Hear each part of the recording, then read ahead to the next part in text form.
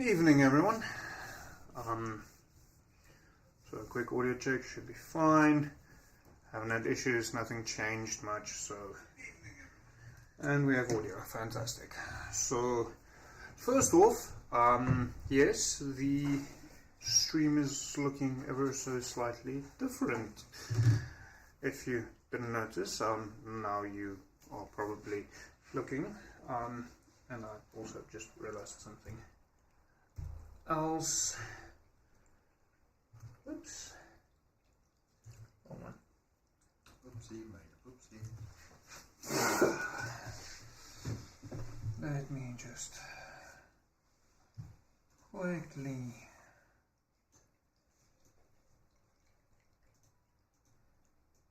fix this. And fixed. Oops.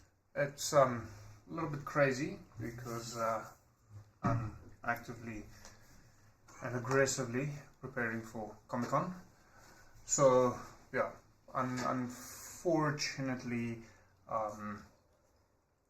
you will not see Mike's face over at Comic-Con because his boss decided to be a dick and remove his leave. So yeah, Unfortunately. I'm still trying to make a plan for that, but I'm still definitely going to be there. And Megan, which is unable to join us this evening because of I don't know what reasons, she just let me know she can't make it. She'll still be there Friday afternoon, Saturday, Sunday, so you can come see my face, her pretty face, and someone else's face. Someone else's face. Enough said. Hopefully the rest of him or her as well. Clothed, obviously. At least semi. Well, the important bits will be covered. Yes. That's the important. That's the important part. Yes. But that's as good as you're going to get. So, I just fucked up. Oops. Mistakes were made. I shall fix mistakes eventually. Then not D&D related per se, but after a long silence, I finally put a new product on the website, which is, I like it, but it's my product, so obviously I'm going to like it. And neither of you have actually seen it before. Mike has seen photos. I don't think Samuel has seen anything. I don't even know what product it is. So, that's all. yeah, that's it. So there's a cut PDF. So, it is currently on the website. You can order it straight from there. There is another website, doesn't say it yet because I haven't updated stock counts, but there is stock, so if you order it will be shipped very soon. We have, just gonna get the camera view so I can actually see if it's showing up nicely. We have the drum roll. the BGS-V3. So this took me about 2 years to design. It's complete custom design. Obviously there's inspiration from other products or other gunships. But yeah, so on the one hand, I'm not overly excited as to how cheap it is considering how long I spent designing it. But yeah, But it really yes. works as well. This is living amazing. It's like a kid in a candy store. I'm like a fat kid in a candy store, man. It's just like, oh. Mom, I'm actually thinking about it now. If we can get some rope, we can actually hang it here. Yes. Like Because pointed at the mic like. it's designed to be hung up as well. Let me see if I can find some string. I don't even have shoelaces. I don't ever have shoelaces. No, No, I mainly don't have shoelaces for my own sake. Yeah, it's like like the thought of this is gonna make my ADHD go way go away. It's like a big ass fidget spinner. Just click. Yeah, go rocket past it. Yeah. Found some string. Yeah, we got a string party. So, quickly, I'm not going to hang myself, don't worry. Don't look. It's not that bad yet. That's what he says. Don't believe it. I mean, I just lost Mike for Comic Con. It's nothing serious. I lost Comic Con for you. Well, there's a chance that you're still going. Maybe. But on the way back, you need to buy your own beer. Yes. Definitely. So...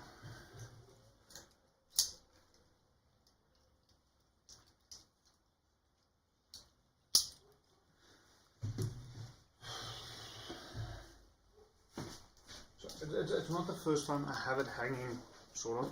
So I actually know it is fairly well balanced. There we go.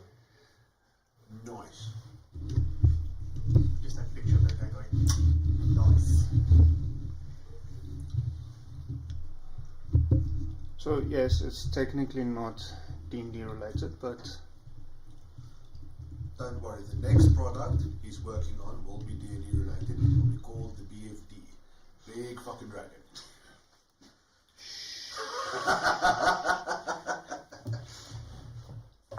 Well, James, you can listen up. But...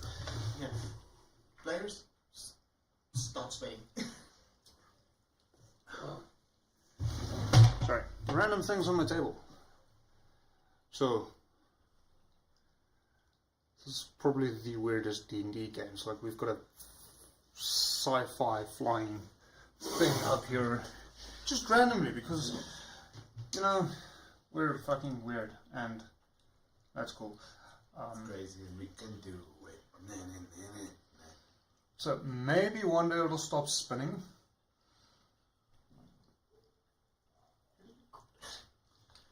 So it's fascinating how easy it is to entertain the two of you. Hold on. You're just both sitting there looking at it. It's called ADHD. So this might get you demonetized, I apologize. But, Yeah, that's counterproductive, Mike.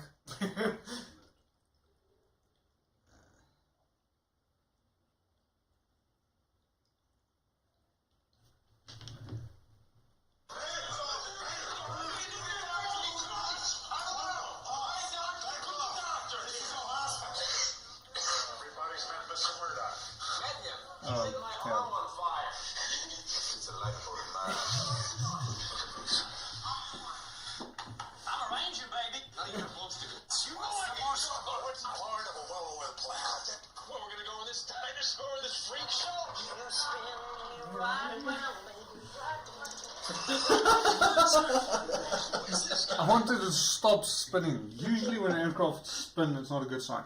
So, back to basics, sorry. Back to why we're actually here, although slightly before that, I will be quickly posting the link to the BGS-V3 in the chat. So, I think this is also probably the quickest that I've uploaded a new product and they sold one of them. Nice. Which is obviously nice. YouTube is not receiving enough video to maintain smooth streaming. Fuck you, YouTube. Thank you. YouTube, you suck.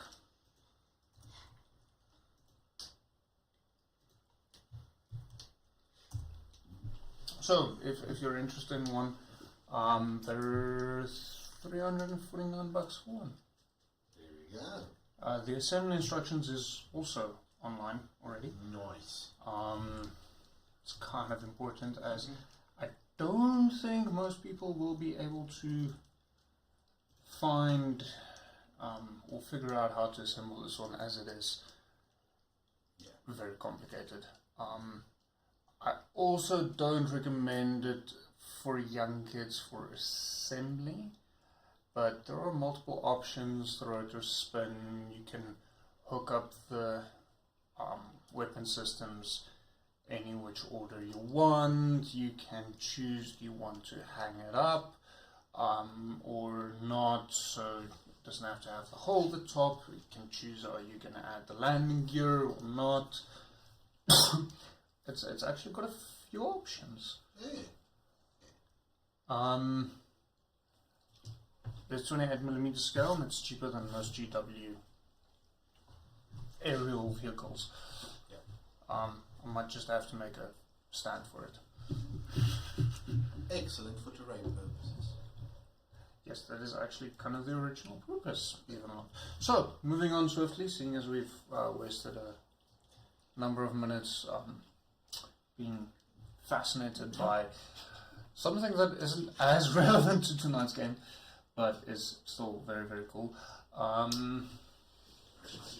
I have just noticed that it is right in front of the torch, so it kind of disappears. Oops. I also realized something else. I never turned on the top-down camera. How dare you, sir? Well, I mean, How? maybe I wasn't planning on combat tonight. Okay, so Sawmill, this means we do combat. Oh shit, I said that a lot. Sorry. So, the other note, we're still trying to get a sponsorship from them eventually, hopefully, maybe, if we're lucky, one day, and we're big, and we actually make money and we don't need it anymore. But until such time, we're still going to be promoting, well, I'm still going to be promoting Draymond's and drinking their lovely beers on my own and not sharing with my players, because I don't make nearly as much, and they're also not paying me to share with them. So, Fair enough. so tonight's delicacy is one of my all-time favorites, and I'm very happy they brought it back. I think early last year, the Goblin's Bitter. On the one hand, I want to say it's a generic English IPA, but there's nothing generic about this beer. It's an English IPA, English Pale Ale, not IPA. IPA is Indie Pale Ale. This is an English Pale Ale. Still a phenomenal beer. I shall post a link to the website momentarily. And if you want good beer, they really make some good beer.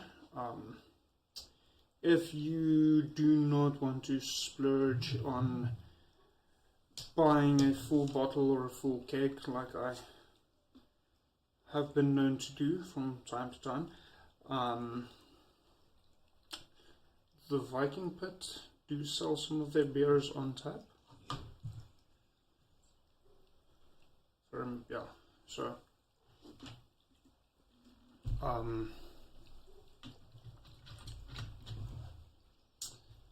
yeah, go have a look there if you want to try it out without committing to a full bottle yet, but really commit to a full bottle. Skulls.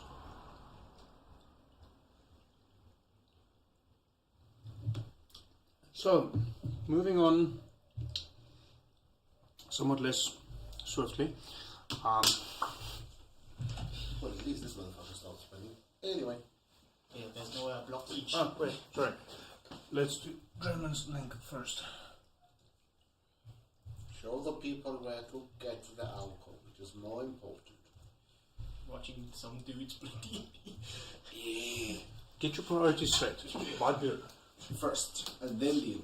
Makes D&D more fun. It's a lot more. Oops, sorry. Okay. Fun watching us play if you're a little bit buzzed. I promise you. I know this because that's how I play the game. Well, if it makes you feel better, I usually have 2 Guinness before we even start playing. Yeah, little buzz. Which is not remotely enough to get me buzzed. Damn it. It's enough to hit me to the ground, so. Little buzz. Yeah, there's a difference between me and you. This is true. I'm going to 3D print a mini buzz like you. Then we all buzz. Do you have a 3D printer? No, but I know someone who does.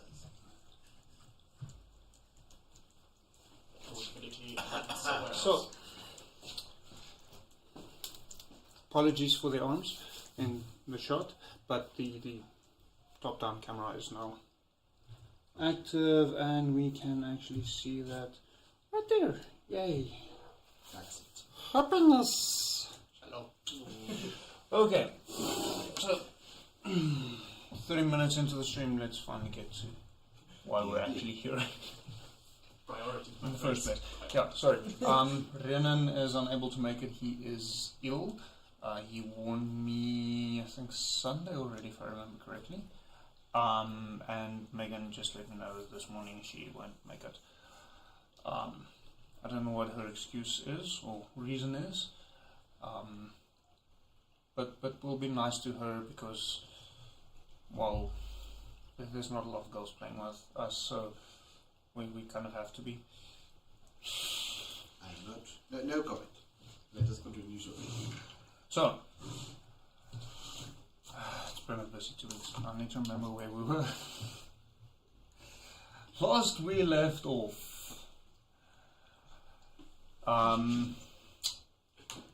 You were about to head out to fight some big monster.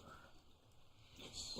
None of you are aware of what it is, where it comes from, how we're going to approach this. You just know that it exists and you probably shouldn't have awoken it. Also in the previous session you had some encounters with some less than savory guardsmen who, despite the young age of Rivergates, has found sanctuary in the sewers. Probably because the Rivergate isn't that old, the sewers aren't as wretched quite yet. So, currently Will has secluded himself to his, well, he left for his townhouse, he's not actually even at the guild, presumably to prepare for the upcoming battle, studying the book, the page that you recently opened. Isla's wandering about, exploring the town of Rivergate. That leaves Grizz and Temujin. What would you like to do? So the last time we stopped, we went to the guild, if I remember correctly. We ended at the guild, I think.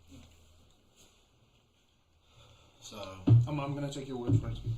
That's the way I remember. It's canon now. It's canon now.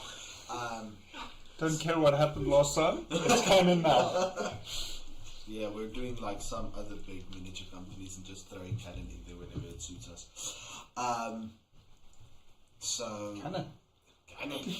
There is one in the front of the BGS. So Temujin would have slept well, wake up, and he's going to go to the kitchens to prepare with a hearty feast for the battle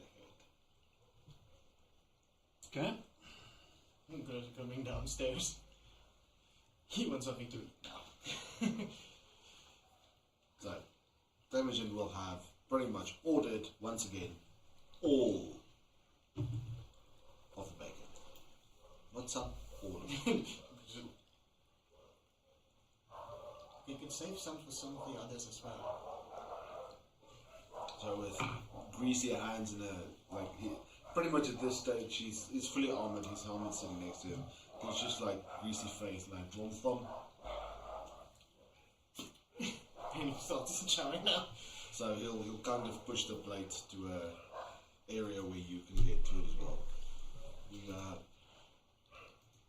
Remember what we discussed last time? I remember discussing being hit in the head by a big orc. Before that?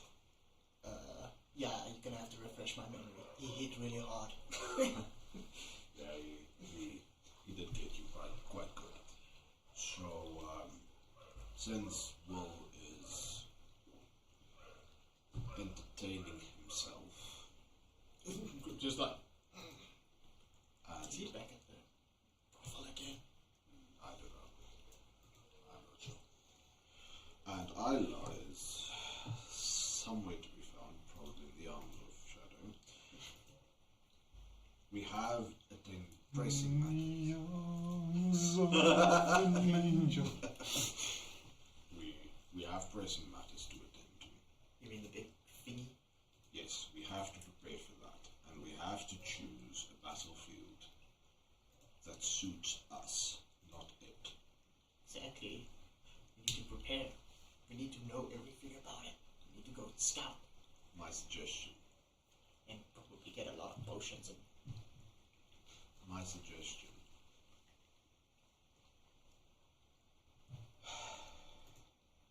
The moment something attacks this city, there's a group of guardsmen, traitorous, criminal guardsmen, that might start running amok. We need to keep the town's population calm. There's two ways we can go about this. We can either deal with them after we fight for whatever this is, and risk the chance that they start looting and stealing out of their own accord. Or alternatively, we can take care of them now before we have to face the enemy outside. Well, it will make less problems for us in the future if we take them out now. So I've established... Feels like I'm still like a bit sleepy. No, I've already made contact with them. I know where their lair is, and I know where two entrances are to their sewer lair. However, it's in the sewers. So there are a myriad of ways and places they can get out. My suggestion, if you would have it, is that you and I and some of our more unorthodox guild members make our way down the sewers and kind of lure them into a trap. We'll keep their attention while the second group secures as many sewer hatches and manholes as they possibly can. Block them in. Block them in, and then once we're pretty sure that they're blocked in, we'll start flushing the system. Purging the weeds from the crop. That's it. However, the benefit of this is we can get their armor, meaning that the next time we want to paint the city guard in a bad light, we can make it happen. You really think of nice plans. I would also suggest, let's speak to Thane. Have his little birds.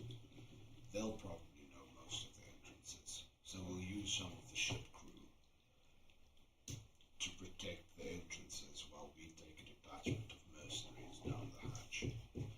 I'll go in first, get them calm, and see if I can't organize most of them to be in their sewery best so that we can catch as most of them as possible. Sounds right for me.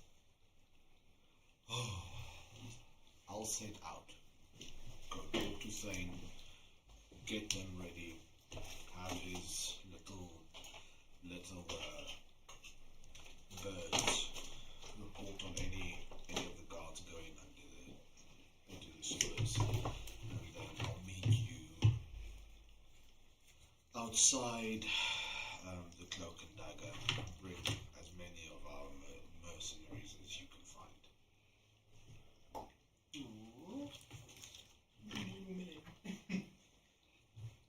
Don't think you've actually seen those before. No. Don't make you think about it. I am good. Yeah.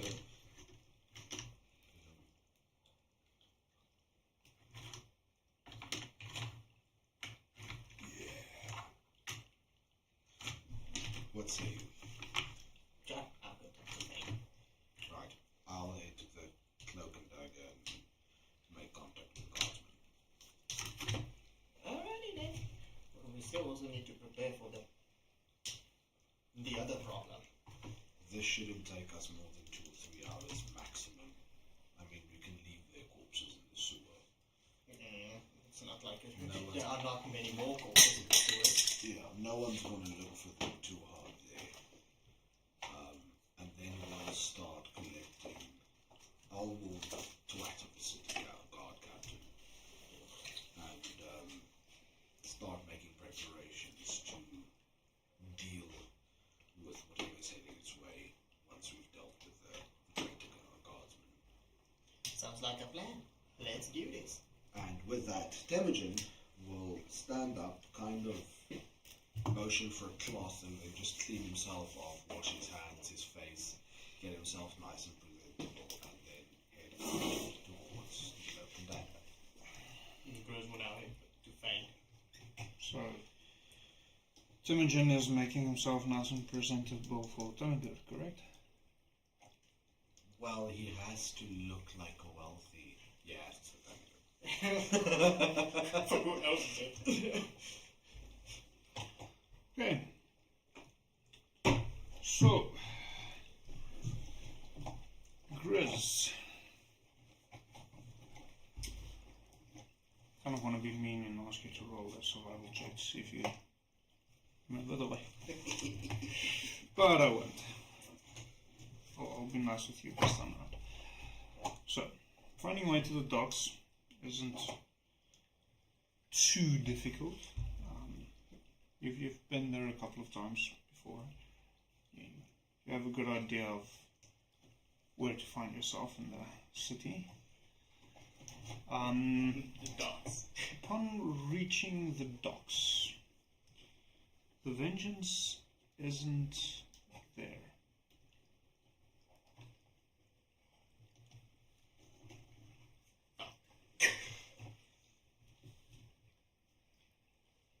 And he's just looking around, looking for any guardsmen or other people just standing there, and just ask one random person, have you seen maybe where the vengeance went?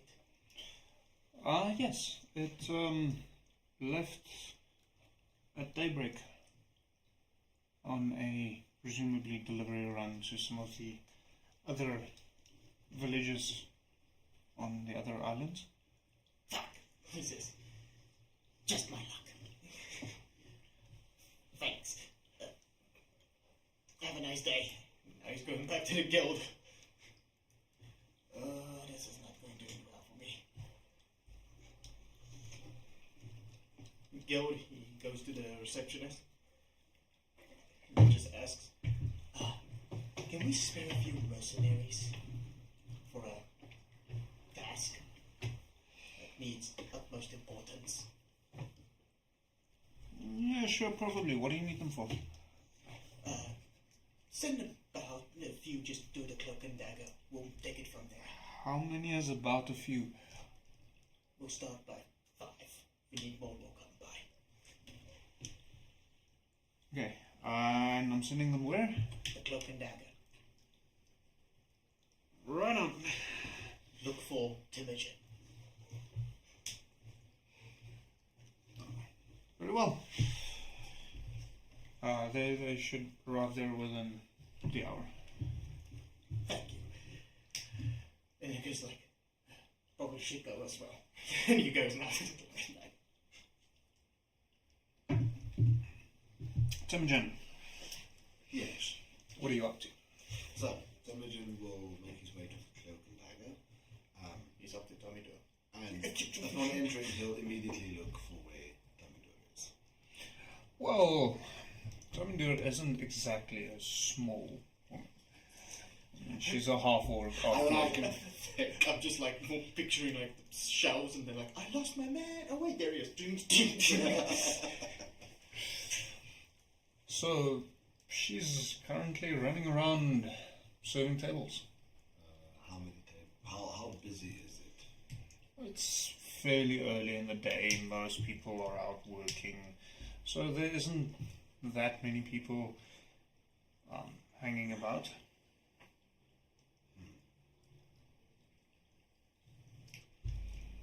How many mercenaries are there? Well, what he presumes to be mercenaries and unscrupulous folk. Roll perception check. Let's use the good dice for this one. Shouldn't you use the good dice for all of them? No. 19. Damn. Probably about, from what you can gather, it's about 8 men who can wield a sword. Do they look like they're swords for hire? Most of them, yes. All of them is carrying a weapon of some sort.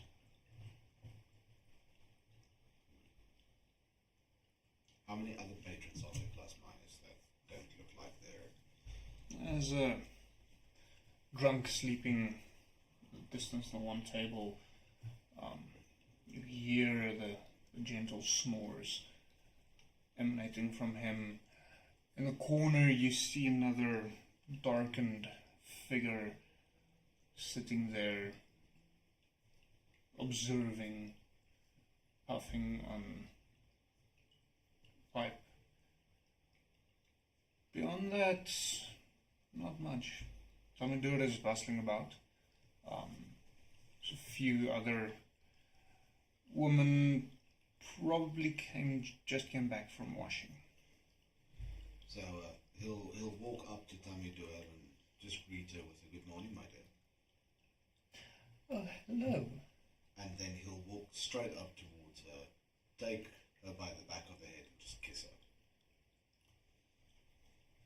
Oh, hello.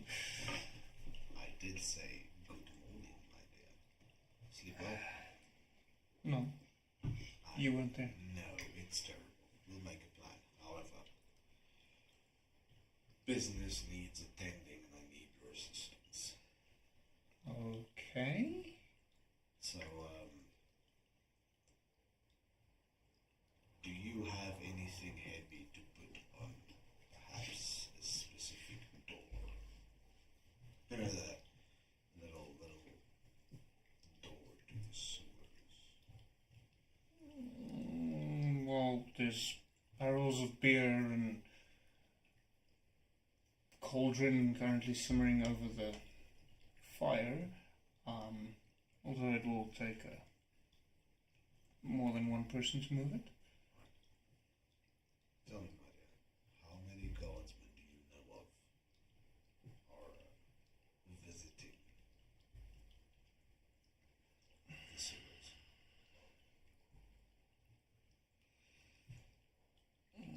I think there's currently about 4. How many in total? How many have you seen go down there? Different ones, 8 or 9. So less than half.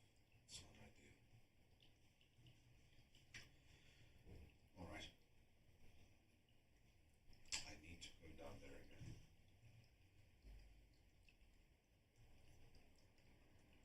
I know. Just give us time and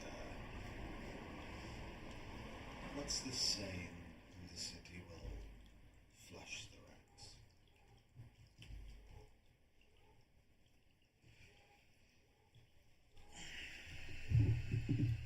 Are you sure that's a good idea?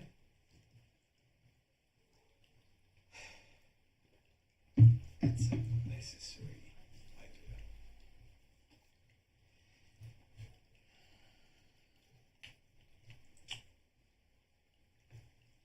Alright. So you want to go through and then have us put a barrel Nah, over the door? Not yet. Chris and some mercenaries will arrive later. I need to check with them first. I'll go down. So there's time for other things? Well, you can keep Chris busy. I'm sure he'd appreciate an introduction into your amazing craft. I'll go grab the rope. Before you do, let me go see how many rats need cutting. Okay. So Imogen will head back down into the sewers to go meet with the gardener.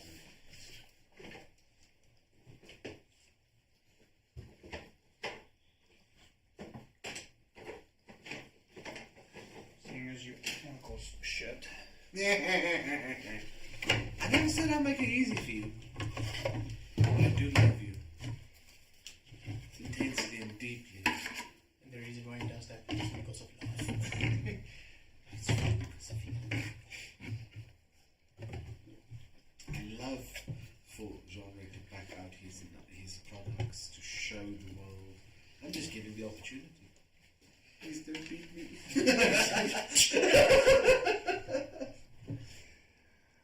So I do realize that I am role-playing Tommy Doer in the team from a dungeon, from a game master perspective.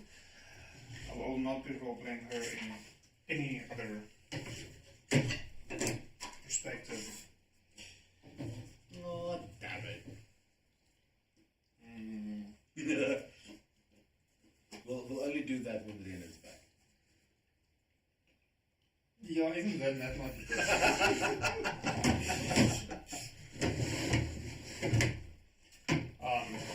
Because that I think is technically not for Twitch and YouTube, but for the OnlyFans channel. There we go. We'll still open that. We can still open that. We'll Plan in action. wasn't the plan to start an OnlyFans as well? See, I'm aware of those plans. My question is, what makes you think that it still needs to happen? Because you haven't shared the link with me yet. Do you really want to see that? Yeah! I'll send you a couple of I mean, I'll sub for that now. images for pre-approval. There we go. Pre-post editing. Kind of might use simp. Probably better than weed. Don't tell Ross. I'm not saying shit.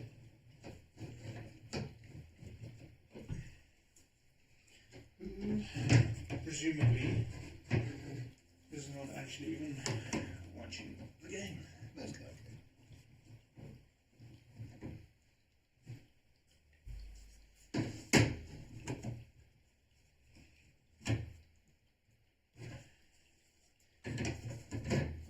I still need to finalize this. Maybe one day when I'm big, you know. All grown up. Yeah, I have no idea what's looking for a miracle right now. But whatever it is, can wait.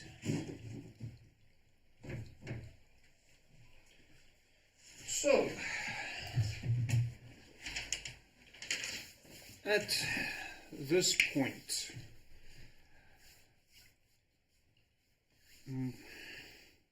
Temujin, not Mike, Temujin will enter through this opening I'm gonna try something. Seeing as we're changing things up, let's see if I can make this somewhat easier for myself.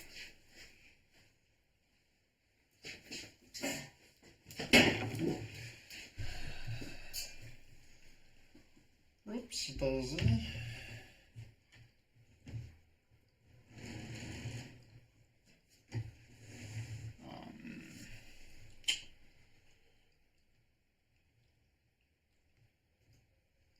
I'm just quickly going to make some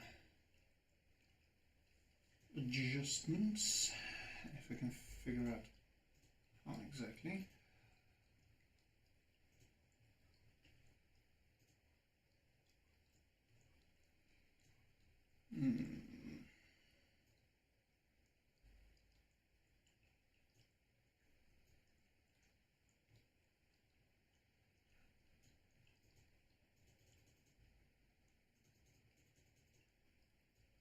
You will see things moving ever so slowly.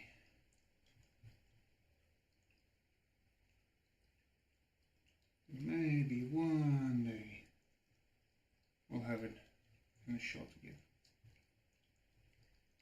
Nearly there, nearly there. Coming close.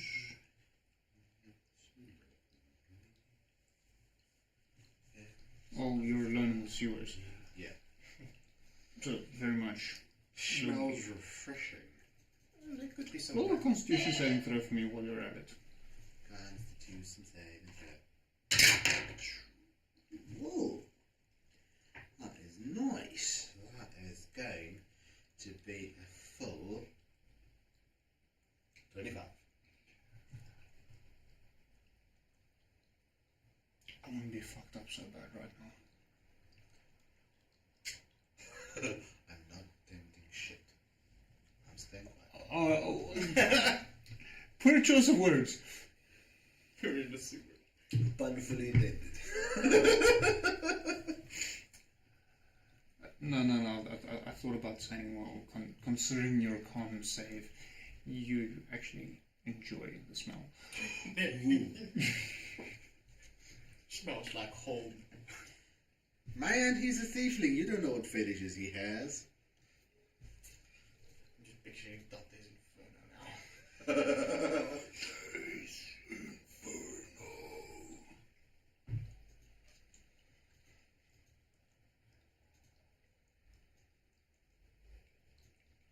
That should be ever so slightly I pictured even something worse. better. Yeah. Pop under a So, you're not in Dante's Inferno. The sewers. You're in the sewers. So,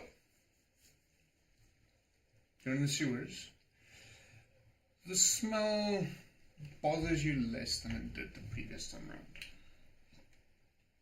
Ahead of you, the passageway stretches deeper, with a doorway leading off to your right, which you remember to be the direction you took when you first went that way, or encountered the underground group of guardsmen. So, Temujin will very casually make his way back towards the meeting place of the corrupt guard. Yeah, so that is pretty much completely on the opposite side, that almost enclosed area. Yes. So he'll make his way To there.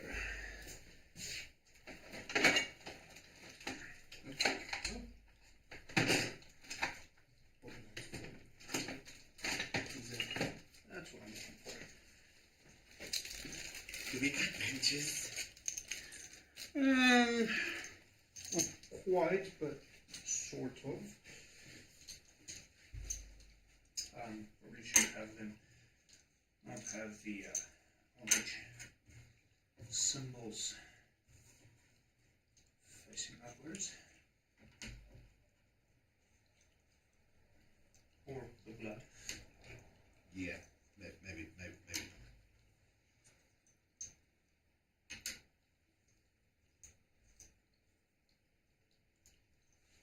I am technically missing one.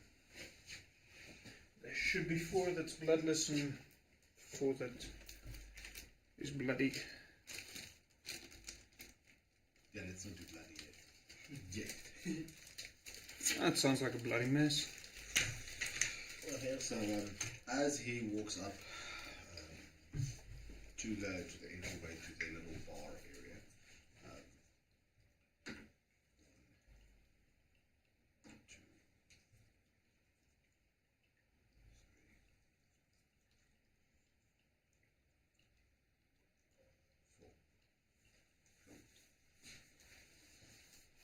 he'll walk up very, very casually, at ease, and call out to them, "Good morning, fine gentlemen." Oh, it's you again. Yes. Oh, is Kyler around? Kyler, no, whatever. No, he isn't. You boys looking to make a quick buck? Oh, who would say no to that? Depends on the job, though. You're gonna help me escort a shipment, shall I say? But I will need all of our comrades. This is quite a big one. I'll give 10 gold to whoever fetches the up-and-coming Commander Kyler and the rest of our comrades. I think some of them is currently predisposed. How many do you think we can muster? Probably the 4 of us. Well, definitely the 4 of us. Beyond that, maybe another 2, 3. Right. Wrong book. There's a group of the guild's mercenaries that'll be waiting for us at the cloak ladder. They will accompany us as they know how to handle the substance. I'll need as many of our comrades as you can muster to make sure we don't have to deal with civilians or more honorable eyes. Well then, let's be off. I'll wait here. You lot, maybe one can go and fetch the rest. As I said, One of them pushes past you and leaves down the passageway.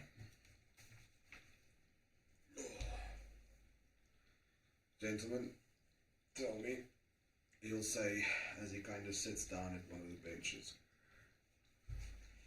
how good are the patrols in the well-off districts of this town? What's your response time, shall I say? Better than the poorer areas. The rich men pay better, so guardsmen tend to be more active in said areas. How likely is it that they'll ask questions if they see a caravan escorted by guardsmen moving through? It's a fairly common occurrence. So, gentlemen, our mission will be, you know the dust cloud that settled a while ago, and the little bit of a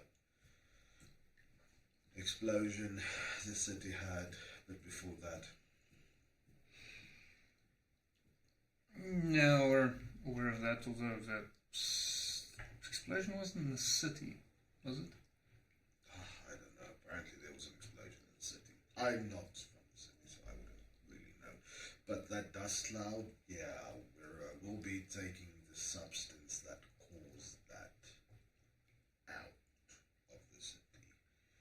And that's why I need so many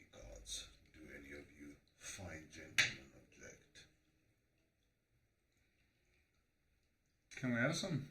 No. I mean, for the simple fact that if you touch it, you go mad and try to kill everyone. And it's... Oh, please. We've been stationed on this damn island for so many years. We're already mad.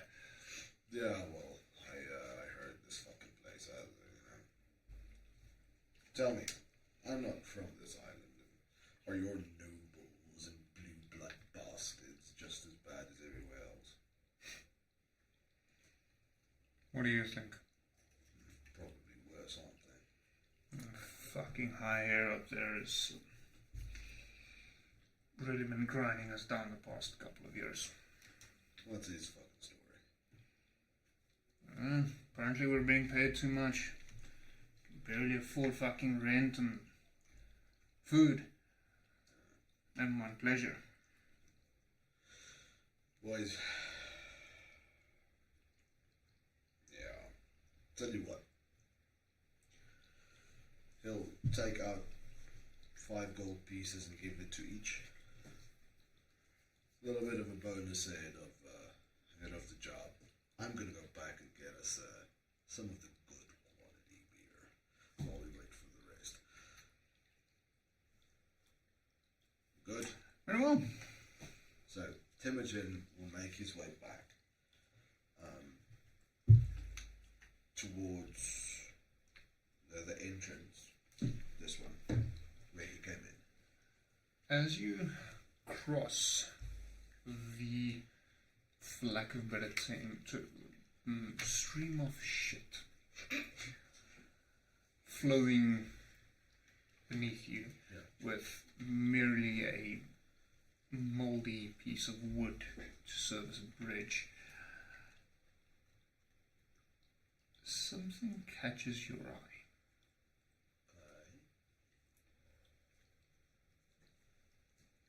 You're not quite sure, but for a moment you thought one of the skulls was looking at you. The skulls that float past.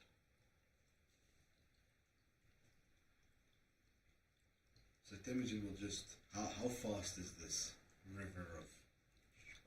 It's viscous, so it's slow. Is there a stick or something close by that's long enough for Temujin to reach the skull? Well, you're in the sewers, so there's not really sticks and so on around. You do find bone lying on the side. So, based on your past, roll me a medicine check. that's not that great.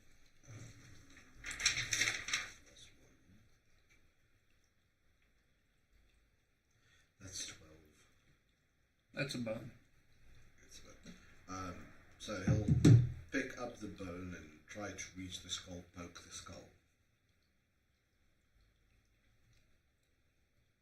The skull lops back, just lying there.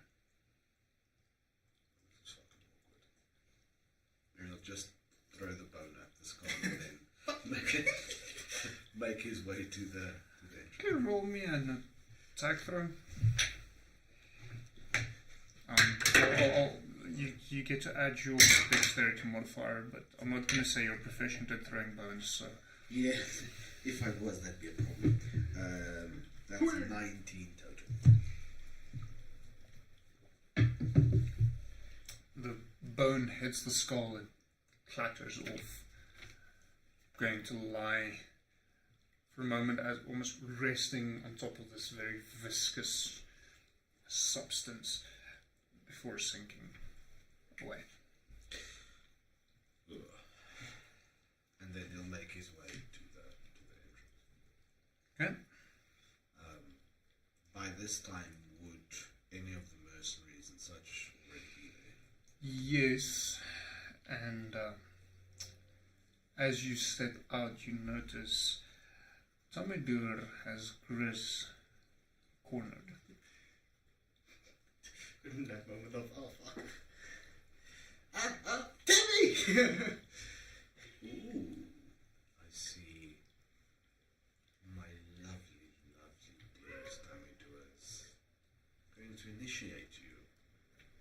What say you? Slip on her. So again, she's Of course, and she gently strokes your cheek. he tries to duck under and just get down. Roll me a dexterity saving throw.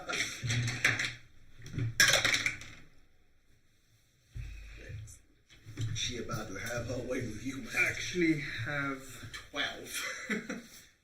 stats for Adomawyr that I wrote a while back already. I love it. You'll probably actually appreciate her surname. What's his name? You've never asked. This is true. So as she strokes your cheek, her hand slips behind your neck and she pulls you in and kisses you deeply. Chris just flails in the bottom. And as she pulls away, was that so bad? Well, I don't have any previous formats to base results on. So, she's Just like, a fairly, she's a big woman, but actually quite attractive. And she completely pulled you into her. So you were very much pressed into her soft bosom. it's like, Voluptuous. can you let me go now? Only if you promise to come back later. Sure, fine. I heard that promise. It's like, Timmy, is that you? It's me, and I heard you promised. No, you can't Just like break softly. promises. She releases you, and as you walk away, she slaps your ass with a natural 20. There goes Chris. Woo! Can't make this shit up. That shit stings, man. She gotta beat the fuck out of you. Um, Unarmed attack. so that will be a 8 points of bludgeoning damage, and it stings quite a bit. Yowzers! There's more where that comes from. He's just softly. I swear orcs are going to be the death of me. I thought Will was going to be the death of me. Temujin kind of just leans up against the wall, like, it gets better. So the slap did ring out through the entire common area of the cloak and dagger. Well, then, all they're seeing is some weird ass guy bend over, like, rubbing his. Do you really want to bend over in front of her? Not bend over like that, just like leaning a bit forward. So It is a fair question. Yeah. Temujin will be leaning up against the wall. It gets better. It really, really does. You'll learn to enjoy it. Don't worry, Just like, Chris. and now Grizz is like picturing when he first met you. You were naked, tied up, with some weird ass chick beating the crap out of you. Like, what type of kink fetish bro are you? Oh, we can still get into that. However, Tommy, my love, we do have work to attend to. Yours. How many mercs did you bring? I told him to come, 5 of them. Did you order them to secure the manhole covers? Well, I can't find the manhole covers since Fane was not there, and I can't find all of going around looking for everyone. Okay, we'll just have to make do and hopes this turn out for the best. On the other hand, Temujin walks into the common area. Is there any man here who's willing to make a couple of gold for some blood sports? What's the job? Flush the rats. I'll go take a dump. Yeah, but you do it with us. Anyone else? That's a weird fucking fetish. Not a fetish. He just screws on the sign. Not a fetish. A job. Bring your tools of the trade. Anyone else want to make a quick buck for clobbering those that need clobbering? Disposing of the ones need disposing. Chris just on the side.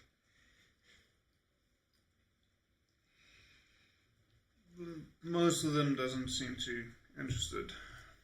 For the fact that you insinuated that you'll be watching people take it down, there's turn them off slightly. 10 gold pieces sound good to anybody?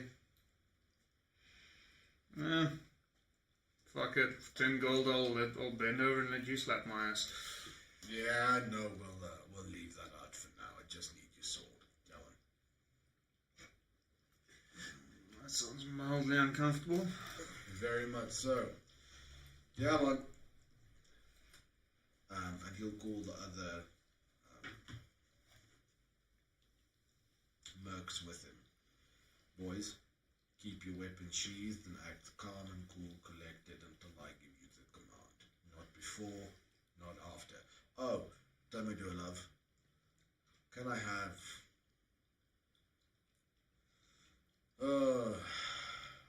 what do you have bottled? There's a couple of whiskies. Give me a crate. Hey, Timmy. Hey, you just hear a grin the side. Timmy, Yeah. I got something that might help. What do you got? Hallucinogenic whiskey. We'll keep those. We'll keep that one out. Right. How much will a crate cost me? Yeah? That'll run you, is whiskey, about 20 gold pieces. Yeah, fine. And he'll... Just leave some for us later. Oh, but of course. How much did you say that would be? 20. 20. And a kiss.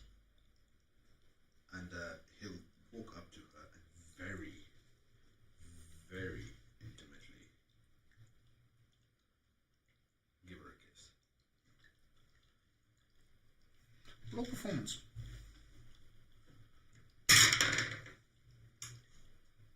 Like 20. She grabs you and is not letting go. So he'll fully enjoy it for half a minute to a minute. And then he'll kind of push her out. It's true what they say. Men don't last long. Oh, but you know this isn't true. I just have work to do first. Chris just there. First business, then pleasure. Oh, crap.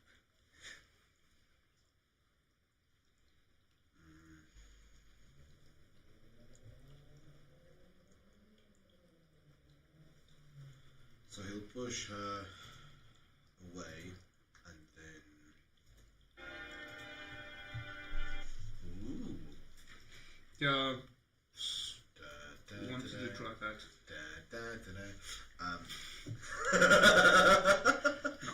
He'll push her away and then take her face in his hands and I'll be back in a minute. Let me go work first. I'll be timing you. Maybe two. And with that he motions to the mercenaries to follow him and he heads back down. But just before his head lowers below floor level, he'll just look up at her. Darling, once all of us are through, just seal this hatch. Very well. Don't let anyone come out this way. Promise? Promise. And then with that he'll head down the way he came. With a crate of whiskey leading the...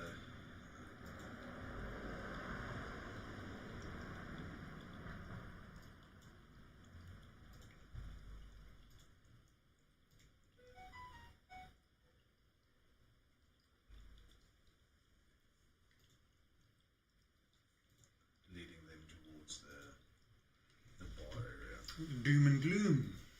Yeah. Okay.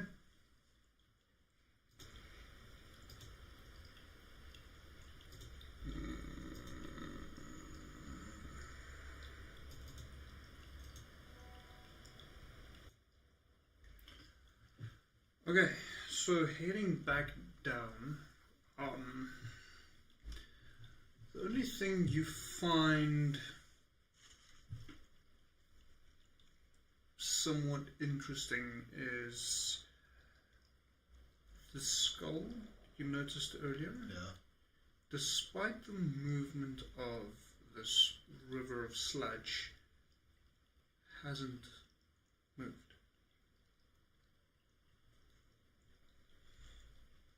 So he'll stop, look at this skull, only for a moment, and then be like, I'll deal with this later. Gentlemen, when crossing the bridge, do please just cross one at a time. You don't want to drown in a river of shit. So, watch your step, boys. I feel that's a little bit more appropriate to Eldritch Blast. what you look like currently. Eldritch Blast. What the warlock looks like. So, and yours. Don't worry, I'm not shooting at you, Timmy. It's fine.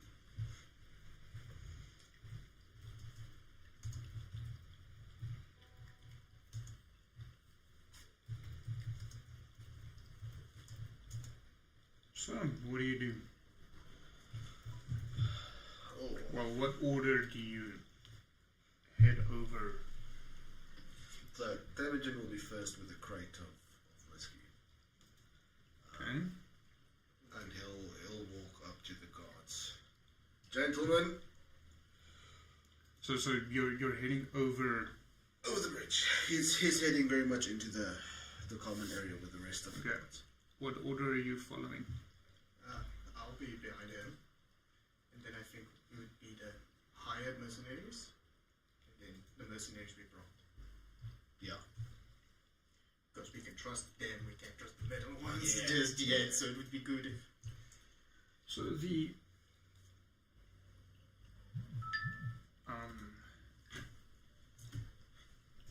sorry, trying something that's apparently not working and that I forget to do other times. So the ones you didn't bring is a little bit over eager. And before the first one is fully over the bridge, the second one steps onto this moldy wooden plank.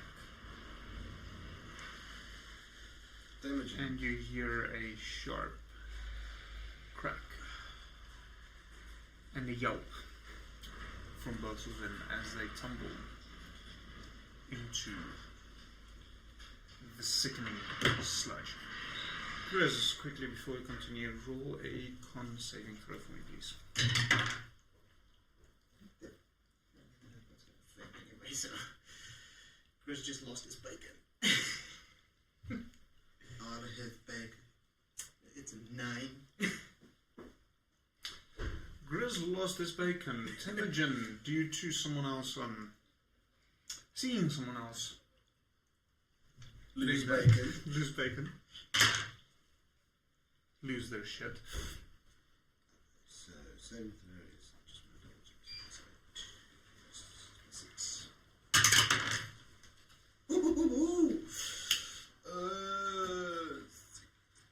23. Temujin doesn't lose his bacon. Temujin loves his bacon. He knows throwing bacon away for no reason. It's good on the way in and the way. So, the two mercenaries from the Cloak and Dagger fell into said river of sludge. And it appears to be deeper than you initially anticipated.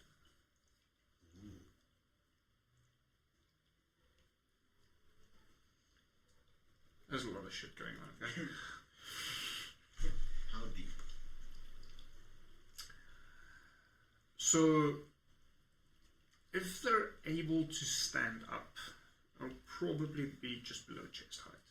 The problem is, due to the specific nature of said river, the bottom is quite slippery. So they're not able to stand up. So, they're busy drowning in shit. You said it.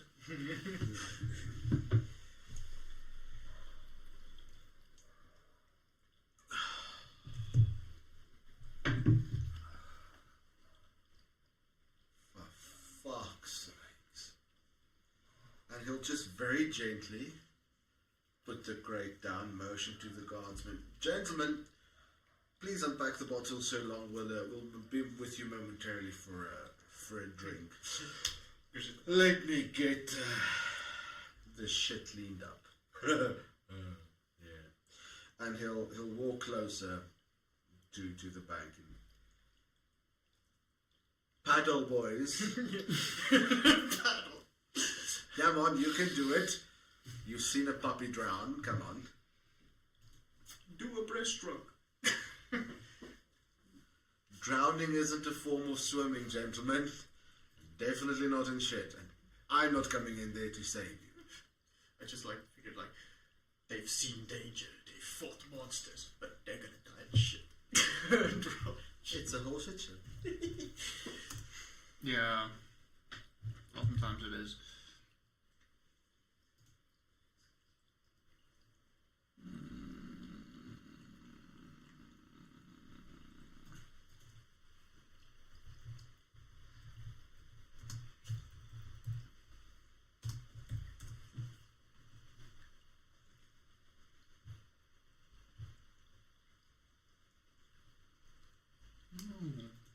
Why is this so difficult?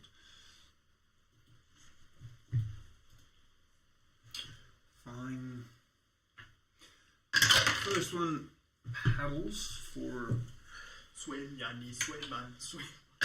and fails. The other one does manage to paddle to the shore, and he reaches out a hand towards Timogen. Fine. And Timogen will reach out and just drag. He won't help him up. He'll just drag him onto Roll strength check. the shoreline, if I can call it that, onto the bank.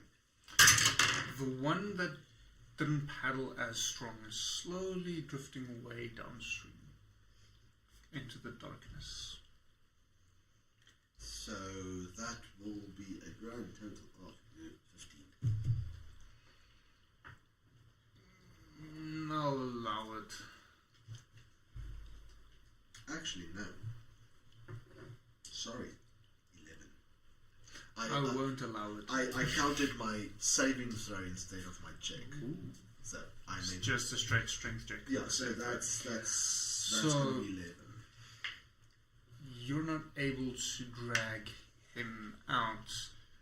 On the contrary, he's holding on to you, and with the gentle force of it flowing downstream, he's slowly pulling you in. So Timogen will brace himself, his feet into the floor, and give one last pull while kind of calling for Chris. Chris Grab my hand. Chris just grabs it and also pulls. Okay, so Grizz is helping you. That does give you advantage. So first is a 19. Second is a 6. Are you just trying to pull free from him or trying to drag him out? So a little bit of both. If he feels like he can get him out, he'll try to pull him. The moment it feels like he's not making any progress, he'll let go. Yeah, so you do manage to drag him out. He's lying on the ground, covered in human remains and other things, painting. Just literally there, completely out of breath. This took quite a bit from him. And you see on his ankle what might be part of the reason why they were struggling as much. as a skeletal hand, pretty much up to the elbow, is clasped around his ankle. Is that supposed to be there? No, it's not.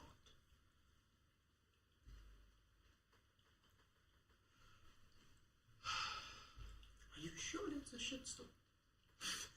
I don't know what this is. Is there any other point that they can cross? Any other makeshift bridge the rest can use? We can just tell the men it's on the other side to maybe track back and get something to put over there. You've blocked the entrance there. But yeah, definitely. Well, not necessarily. There is another route heading out, although none of you are aware of where it exits. So, Temujin will just call over the river of sewage and skeletons. Gentlemen, it's fine. We'll bring our company to the guild house, and we'll take it from there. We'll meet you back there. So how do we get out? Look around and find out. There should be another exit somewhere. I suggest you all move as one group, though. Don't try different routes. Oh, that's comforting. Yeah. So either go search around a bit until you find something to cross over and join us for a drink, or until you find an escape. Look for manhole covers above you. Should be ladders to help you. Very well. Hopefully we see you soon. Yeah, we'll Like- meet you there. Now you see Grizz there with a knife in his hand poking at the skeleton and arm around the guy's ankle. Nothing happens. This is weird. Yes, it is. Listen, shitstain. Catch your breath, clean yourself up, and then preferably sit as far away from us as you can, but come have a drink. I need to take a shower. You need to soak in the ocean for a month, probably. I think you're gonna need more than one shower, maybe four. Yeah, and I'd throw away those clothes. You're never gonna get them back together. Anyway, and Deep scrubbing. Temujin will make his way back to the guardsman. Sorry about that, gentlemen. Anyone of you have a cloth, perhaps? A rag? No, there's some in the bucket there in the corner. Yeah, and you notice they're already a little bit sloshed. Right here. So he'll go shake off properly and clean his arm to the best of his abilities, his armor. And then, Chris, don't drink anything. What was it planning on? Right for the rest. Oh, gentlemen, enjoy yourselves. Let us wait for your comrades to show up and celebrate. That we will. Very well done, boys. And then Huge. Temujin will find a place to sit down and stretch himself out, looking very calm and relaxed. And we'll just wait for the other guards.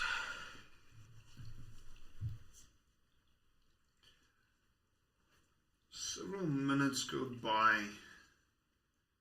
The drunken noise of these guardsmen getting louder. Not quite drowning out the creaking you hear coming from the other room. So Temujin will simply stand up and kind of make like he's stretching his legs, go out and see what's causing the creaking. As you're looking, let us remove the bridge, Because that is technically seeing as it's no longer relevant. You notice a skeleton above there, starting to climb out.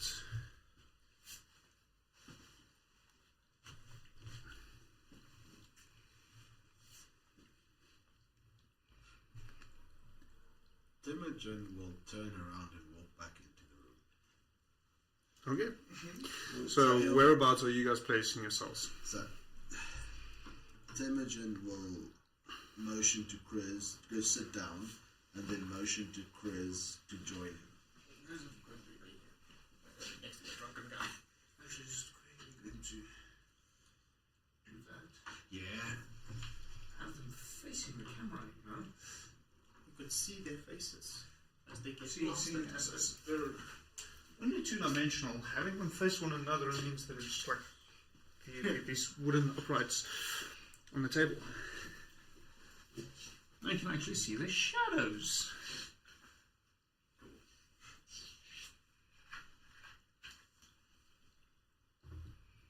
Okay.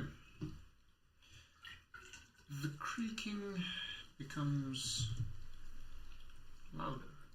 So, Chris will tell Imogen.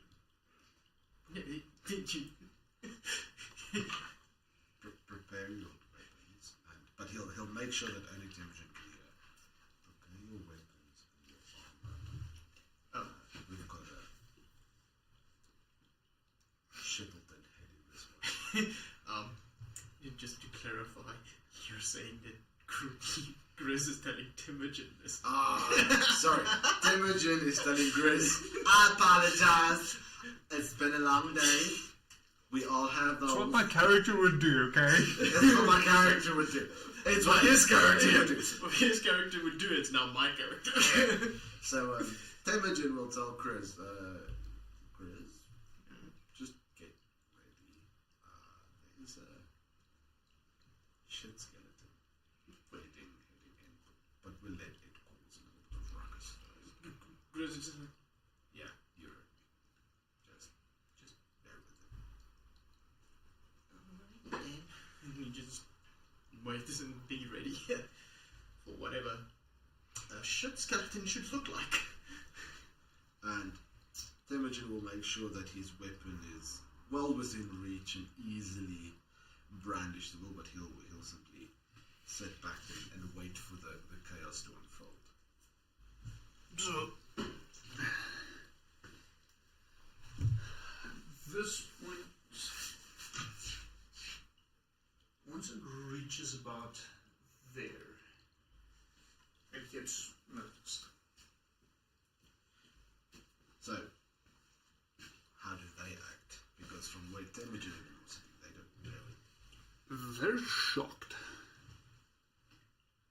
seeing this skeleton thing dragging muck along with it, walking up to them. So, They drop their glasses and draw their swords. so Imogen will get up and draw his sword as well. What goes on, boys? There's a Something. skeleton down the hall. I'm just gonna be like, where? I don't see any. Come, stand closer. So, Imogen will walk over, but he'll walk to this side and be like, oh shit! It's a shit skeleton. Chris is going on to by your side, but he's also just saying behind them, I don't see anything. Are you guys sure? Is it? It's many shit skeletons. Well, go on, boys, have at them. They shouldn't be that hard to kill. They're dead already. The first one rushes up. I'm going to say, just for the sake of it, quickly roll me initiative, please.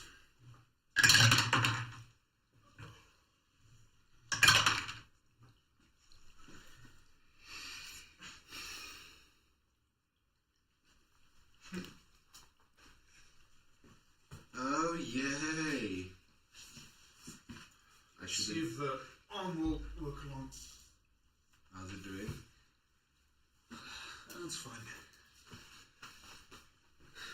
Although I'm not going to be doing all of said push-ups because it's not overly happy with it. Yeah. I'll do the rest too. I shouldn't offer you a lot of ones. Mistakes were made.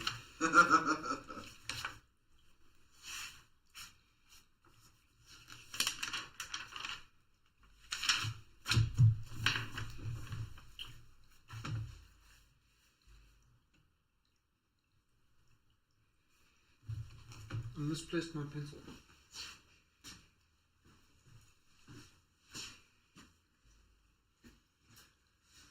Oh, we'll look for it when we're done.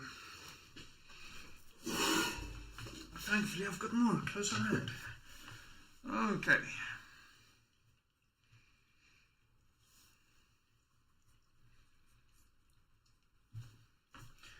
So, the merc rushes forward, and due to his drunken state, I'm going to give him disadvantage because pass.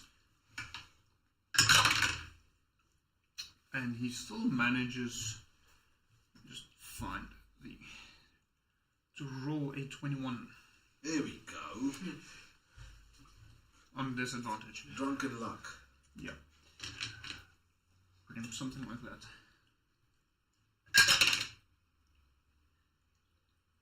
Just quickly double checking. Stat block only gets one action. Interesting.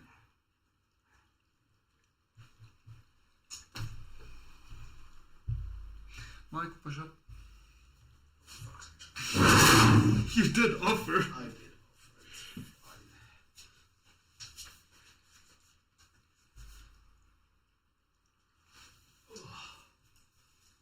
Shall I stay down here? Well, no, seeing as that was the first one. Do you want to roll for them? I'll roll for it.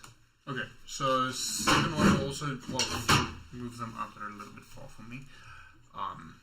Second one will also run up and hit it. Either or, they all have the same initiative. So they'll all run up, pile in, and all of them will hit it. Okay, so let's move that one there. It's slightly simpler when there's a lot of monsters to give them all the same initiative. Yeah. So that leaves 3 of them. There's no flanking bonus, so they're all rolling at disadvantage. Okay. So, what's there to hit?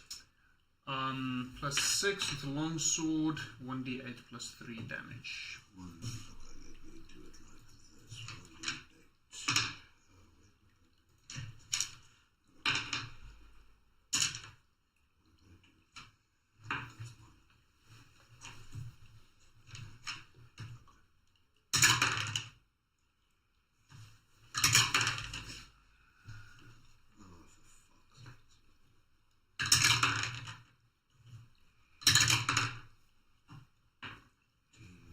Plus 3 to hit.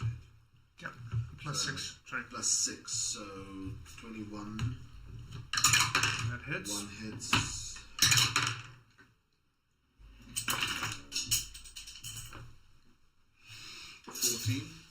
This is So the 2 damage is plus. 1d8 plus 3. So 1 does What's me 6 the damage. whiteboard marker, please? You.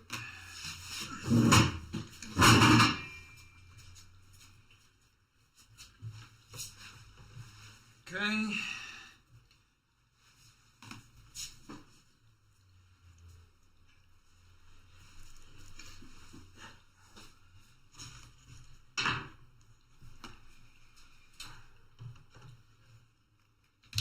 Just quickly note that down. Okay, so can 2 of you quickly roll initiative? I rolled a 9. Hmm? I rolled a 9. Okay, 25 to 20. Nope. 20 to 15. 19.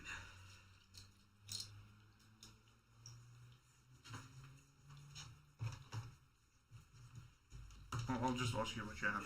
9. 9. 9, meine Herren, 9. We're watching from far away. Go get him, boys. We believe in you. Okay, so, top of the round. Temujin, what exactly are you doing in this, for lack of a better term, shit show? So, Temujin will move up towards the door, so kind of blocking, forming a blockade behind the guardsman.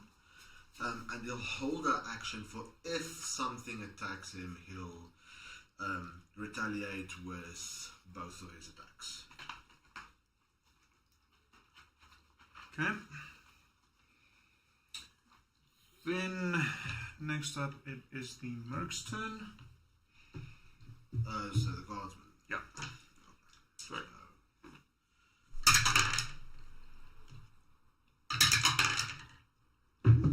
They're still all rolling at disadvantage. 23.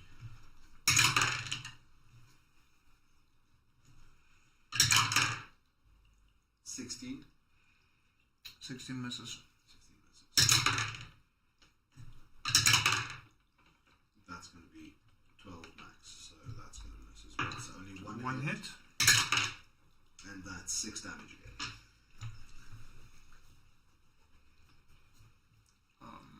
Okay, cool. Then it is the skeleton's turn. They are going to pile in. Decide how I wish to do this. So this one will grant an attack opportunity over there. So you can roll for that.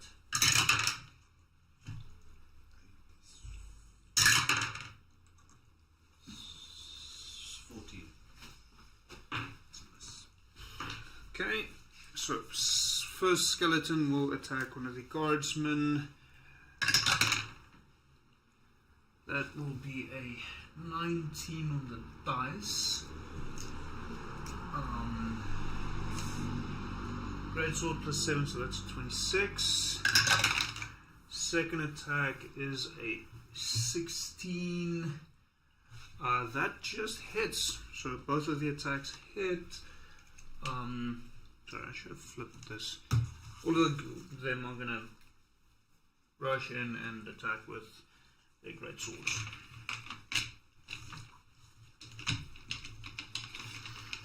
Come here, little dice.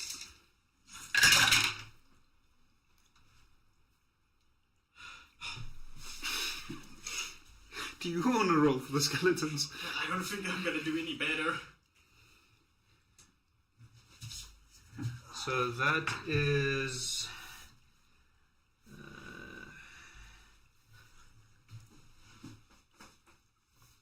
a total of 12 damage on the first merc. Second skeleton will attack actually the same merc. That is a 18, so it hits. And another 16. Both hit. There we go.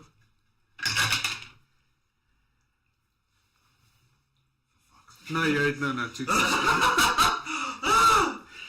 So that is another 12 points of damage on the same merc. Let me just. They do have. Okay. Got it. So that one is bloodied. Second skeleton will go for the one in the corner first to attack. That's a 90. No, dirty 20. And a 10, so only one hit. That is a total of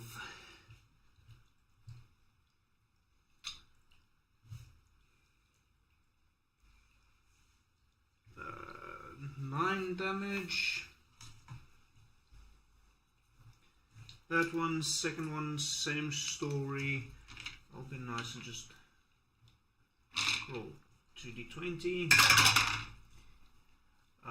That is a 26 and 17 to both hits. That's a proper hit.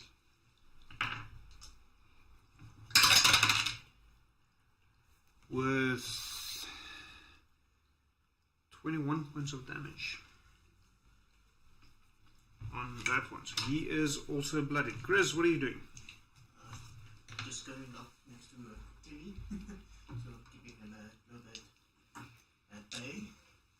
And also hold action for any case any one of the poop skeletons attack Okay, me. what action are you holding? You To have attack special. them with a sword. My Okay. flame sword. So, top of the round. Temujin, what are you doing? So, Temujin will hold his action once again to attack anything to the fullest of his capacity if something attacks him, and then he'll just, you got this, boys. Show him who's boss. Okay. So it is now their turn. So, let's start with the first.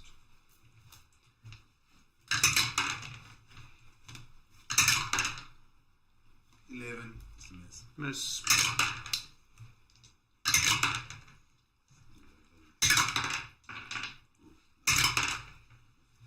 Nah. All three of them miss. All three of those that can attack miss. Okay, so first skeleton and second skeleton will attack that one, yeah, and then third and fourth will attack the Both of them. other one, yeah, Cool. and they each get 2 attacks. That is a 18 and a 10, so 1 hit. The first one so far. Another 18 and a 12, so 2 hits so far. Well, not so far. On the first one, that is 11 points of damage. The first one. On the second, drunk warrior, drunk merc. That is a 9 and a 21, so 1 hit. Second skeleton, that is a 13 and 18, so 1 hit, so that's another 2 hits. That does... Brent doesn't want to math. Math ain't mathing. 14 damage total, so that one is down. So, No, I think it's this Yeah, that one. oh, this one. Yeah. It's down. Down, down, down in Goblin Town.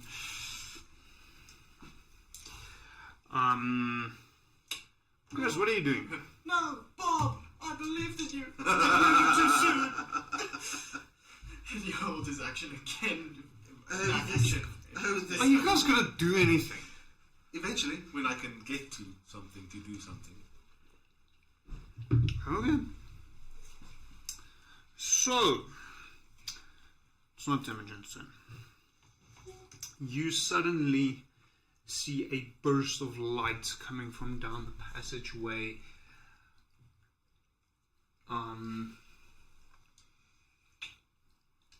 As it hits one of these skeletons in the back. Yay, what fun. I think that is a failure, actually. That's a 14.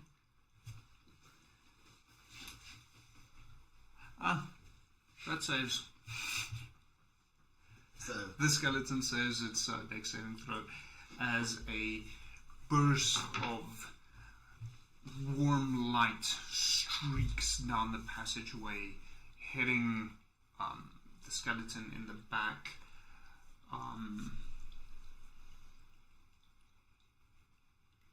No, he saves, so nothing happens. there you go. Okay. So, top of the round.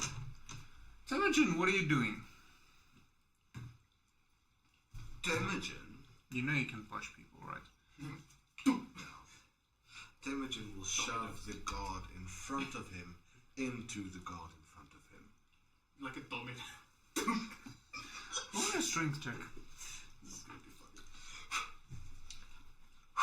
This has to work.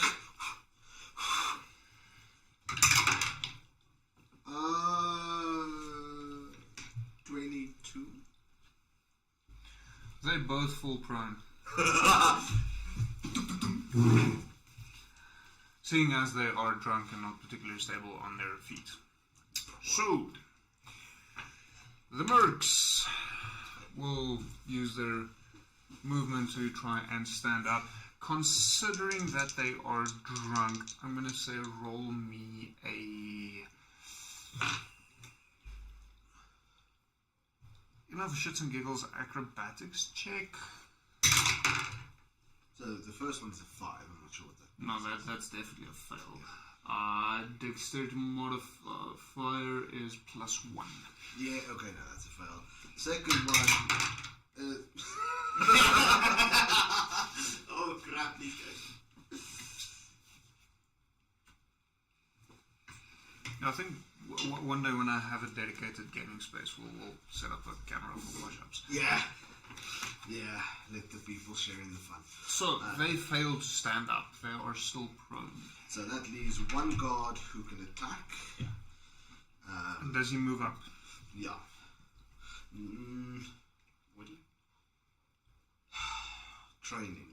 They are still guardsmen. So he'll try to keep... No, he doesn't have a woody at this point.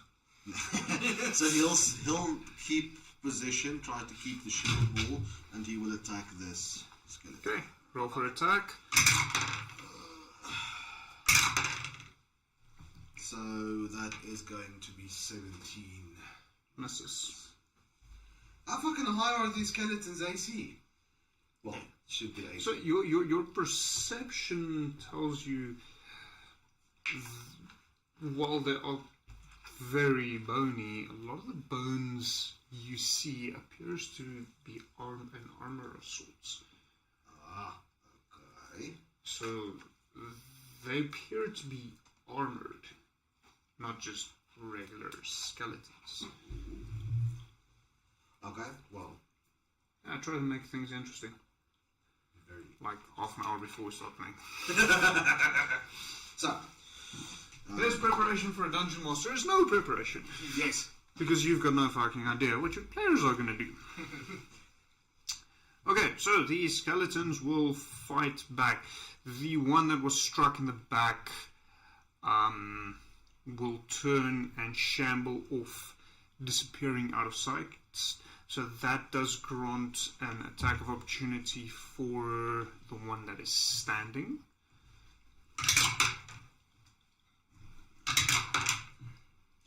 Ooh. So that's going to be 21 both. So he has 21. Yeah, that hits. So You take the higher of the two. yeah. So well, both are 21. He has one attack only. Yeah. And that is going to be 7 points of damage.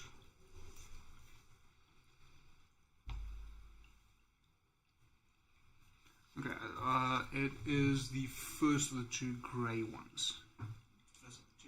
Yeah. So he will be shambling off at a speed of 30 feet. Fucking fast for a shit-covered skeleton. The others, the one... Actually, I should have flipped this, sorry. The one standing against the guardsman will attack.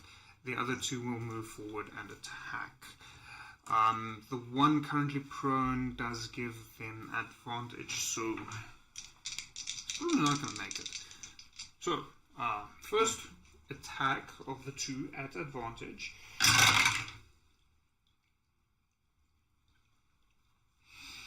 That's a 1 and a 2 on the dice. Oh, baby Jesus. Your dice doesn't like you. Nope. Even with advantage, like, no. Remind me to never volunteer again. You know I roll shit. So that is a 8 and a 9 to hit. Second attack, slightly better. That's a 26 to hit.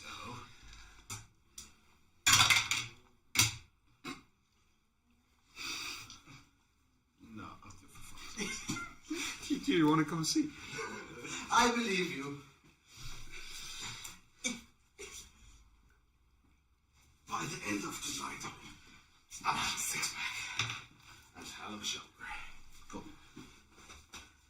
I'm sure your new lady friend will appreciate that. See, I'm just doing her a favor. So that guardsman is dead. Kill. He is dead. The second skeleton will all of a sudden lose its advantage, seeing as it's not attacking a prone target anymore. So just a regular 2 attacks. That is a 10 which misses and an 18 which hits. That does a total of 8 damage. And the last skeleton, same story.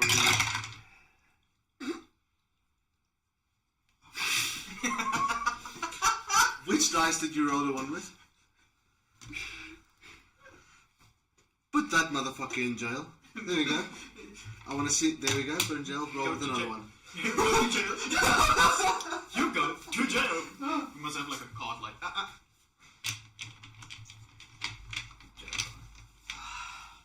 I'll use its twin. Oh, let's see if the twin is worth anything. Okay, so that is the skeleton's turn. Chris, what are you doing? I'm going to attack this one with Dawn of the Dead. Okay. So you must make a wisdom 50 saving throw. Well, he's a skeleton. I'm hoping he doesn't have much. Wisdom. Well, that's not a one at least. It's an 11. Yeah. Okay. That's 3d8s. There's 2 1s involved, Mike.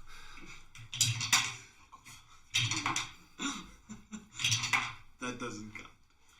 It's 9 necrotic damage. Which one? That one. Okay. And suddenly you see it heal. See the He was scars just- on him heal up. Just starting Is that shaking it? things out, yeah. Okay. So, do you want to do the other one as well? Yeah, sure, why not? Okay, so there is another guardsman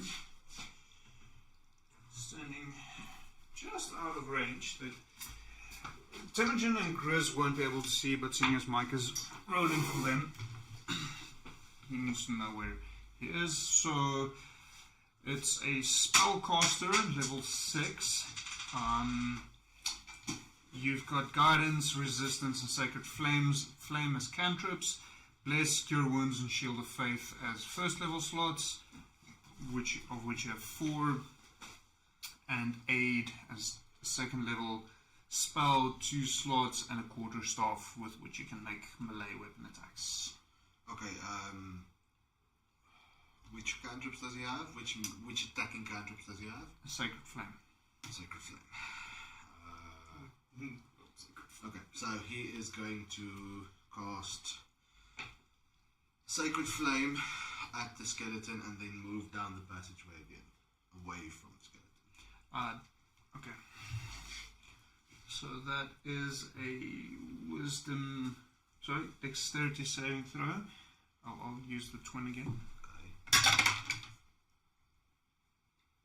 It's a 19 on the dice. Okay, so he misses. And then, Sammy, will you just move him? 30 feet movement speed. Yeah. Go away. Okay, Temujin, what are you doing? Even though he's prone, I can't step over him, right? You can try and step. Well, no, actually, you would be able to. It would count as difficult terrain, which means you use double movement in order to move past him. So that 1 square of 5 feet will cost you 10 feet of movement. See, I'm trying to play now so that it's I do what I want to do, but without it being meta. You can walk over the guardsman. Temujin will attack the guardsman. you do get advantage.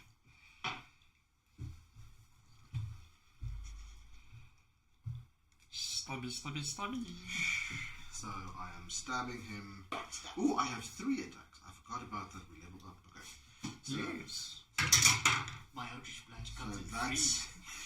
free. Do you want to bother a D20 for advantage? Hmm? Do you want to borrow a D20 for advantage? Yeah, so that would be nice. Well, I can guarantee you the first one is a hit already. Like, it's the last ones you got from me from Jake's So, that tend to roll better. Also, okay, so the first attack hits. The second attack is a 22. 23. Hits. Can I see if they'll kill him first and then move and attack with the skeleton with the last one? Or do I have to do all 3 attacks and then move? So technically, with your time that has actually already run out, you would have to call your attacks, which you did, and then dice rolls happen after that. So you would probably maybe end up overkilling him. Yeah. Okay, so I'm gonna Maybe not. 2 attacks. That's So what I managed you to did get call off. 3 attacks on the guardsman in your time, so you can still roll for your last attack. Okay, let's roll the first and then. Oh Jesus, that's gonna be. Does a 31 hit? You know what? Yes, it does. Barely, just. close. Okay, so that is. How do you get a 31 and not a nat 20? So, Vorpal Greatsword attuned plus 11 to hit. So 31 is a nat 20. Sorry, that would be 30 then because I rolled 2 19s. And you're a fighter, which means you still crit on a 19. Yes. So, he's dead. So double dice. Yes. Just and also it's a- check your level. At some point, you will, And it's a Vorpal Great. your crit will go down to 18. But I Yeah. do think that only happens at around level 13. Yeah, that's way later. I think he's dead. I don't think you need to roll. If you've rolled a crit with a Vorpal sword, bye bye. Yeah, so that's going to be 23 damage. Total for all of your hits. 23, 4, 38 Total. total. Last two didn't do so good. So, how would you like to do this? Off with his head. Off with his head. So, pretty much, as he falls, Temujin will kind of step closer and just trying to hide it from the other guard, just slide his blade into this dude's skull underneath his helmet, hoping that the other guard doesn't see this as he is currently preoccupied. Okay, I'm quickly going to update on D&D Beyond, seeing as I have that luxury.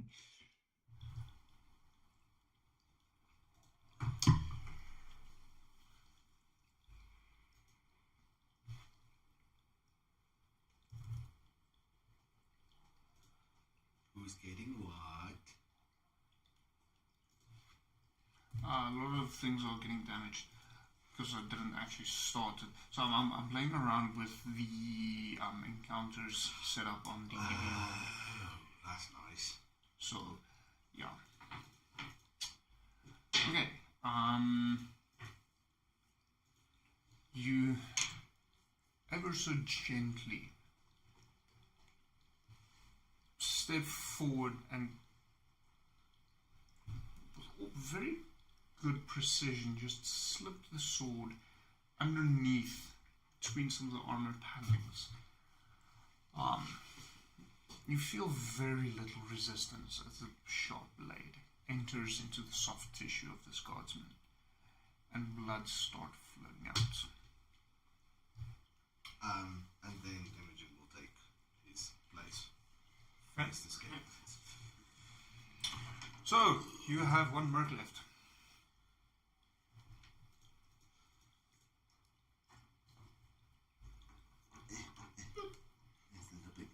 It's a big boy.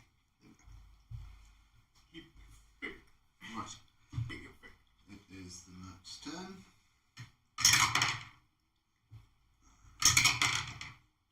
That's 10 to hit. He doesn't do shit. You can actually place one of those 2.5D miniatures next to the newcomer on the opposite end, as another merc enters through there.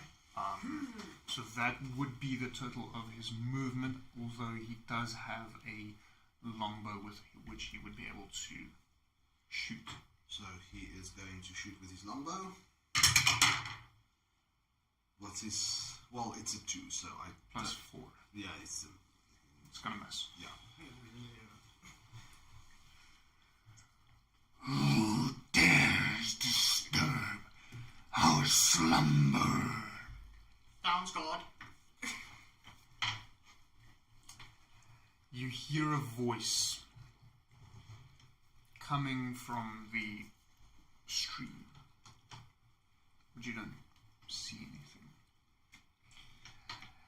It's almost as if the skeletons attack with more vigor than before.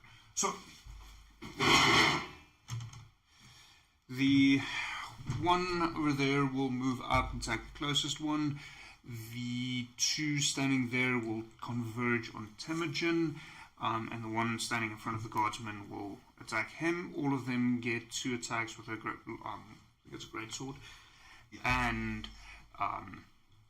well, none of them get advantage whatsoever because there's no flanking advantage. So, are you ready for some push-ups, Mike? Yes, let's do this. First one, I'm going to start that side.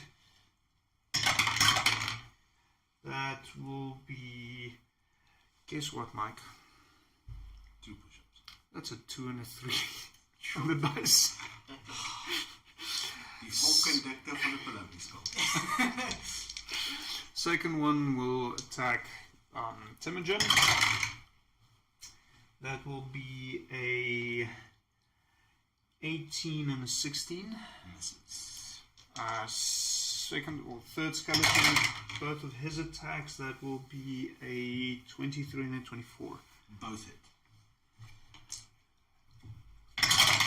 That will be a push-up with 14 damage total. Okay.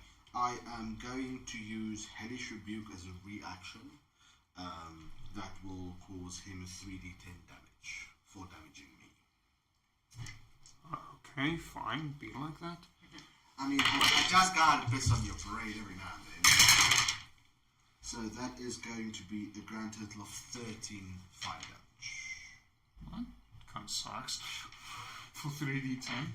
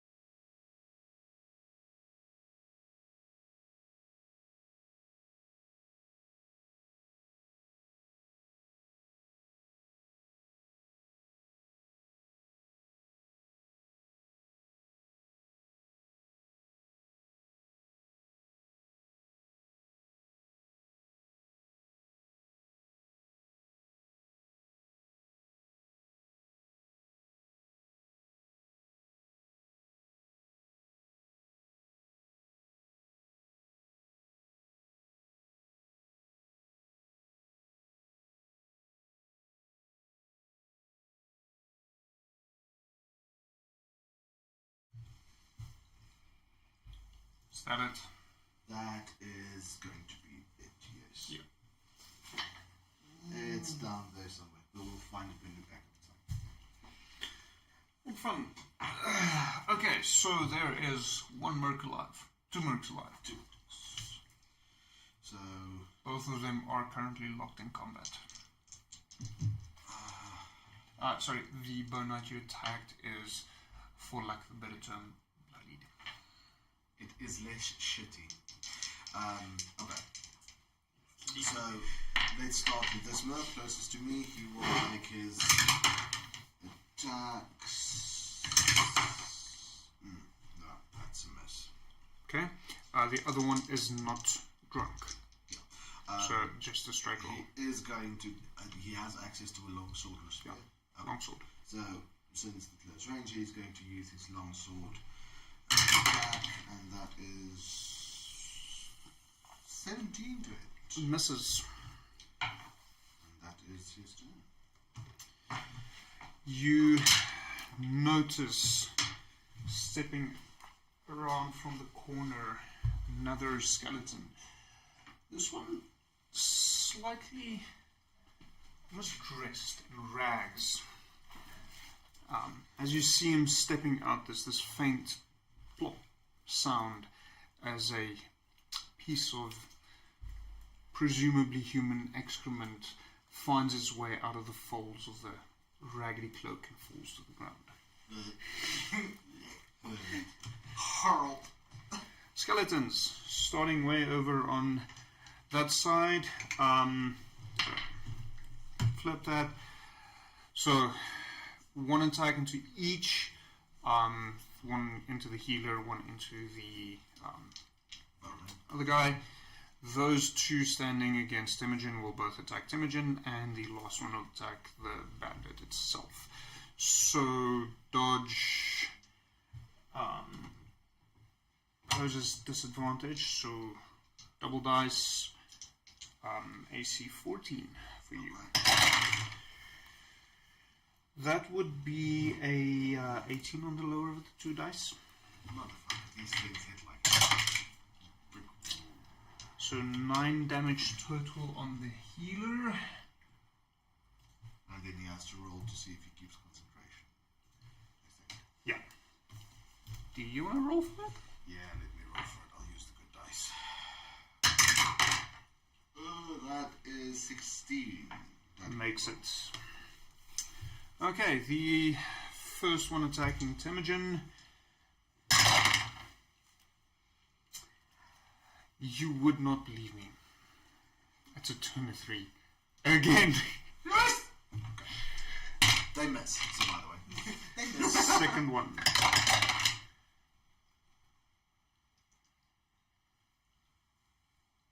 How many push-ups? So that is a 26 and a natural 20. Make it barely. So it's 3 dice. Ow. I felt that in myself. That would be 23 points of damage. Kill. Slashing, to be specific. Slash. If only I were a barbarian. Whips. Okay, and then the last attacks into the merc. That is a 15 and a 14 on AC 16. So the skeleton swings and it glances off its armor. Grizz, what are you doing? I'm gonna double attack the middle one again. Go for it. Roll better. Fuck you, 2. Guys, seeing my dice, seeing as I fuck you as I double fuck you, 2 and a 3. It could have been worse. Yeah. There could be 2 ones. Okay, spellcaster. spellcaster is going to use his quarterstaff to make a melee attack. Okay. Can he take an action to try and shove the thing away? Yes, but then he can't use the quarterstaff. Okay, now just whack it with a quarterstaff. No, that's it too. He won't make it. Sorry. The guard next to it with his longsword. That's a nat 20. Where now? So the spellcaster made his first attack. Failed. Yeah. The guard next to him with his longsword. Isn't in the same He's initiative class. He's part of the other. He's part of the other. So technically it would be Timogen's turn, right? Okay, so Temujin is going to use bonus action Second Wind to regain 1d10 plus 11 HP. Let's do that first, and then he is going to use all 3 attacks against that same skeleton here. One-handed. One-handed. Because you're using a bonus action. True. Okay, he will use 3 one-handed attacks against the skeleton. So it's going to be That sucks. 16 HP that he regains. Oh, I don't want to go out. Twat. And then while that struggles to load, so I'm healing up for 16.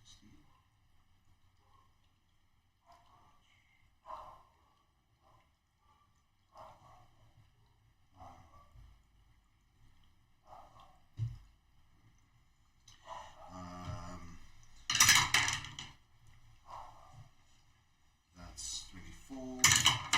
Hits. That's a nat 20.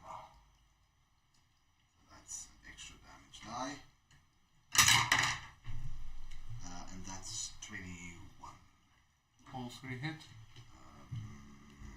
One-handed is 1d8, so let's do...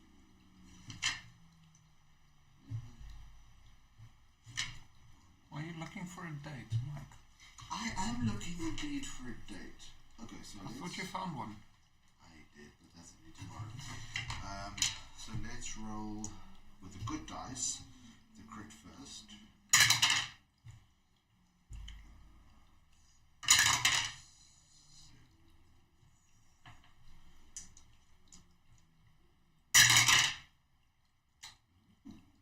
So 14, 28. That is 42 damage.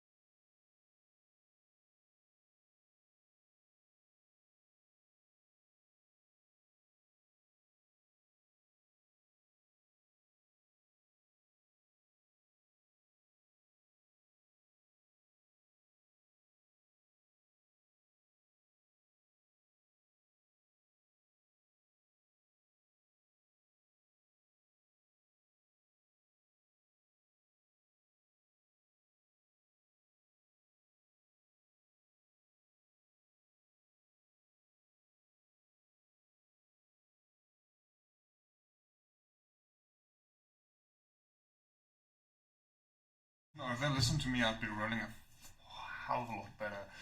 Not only in D&D. Daddy pissed off. We better get Daddy some payback. Okay.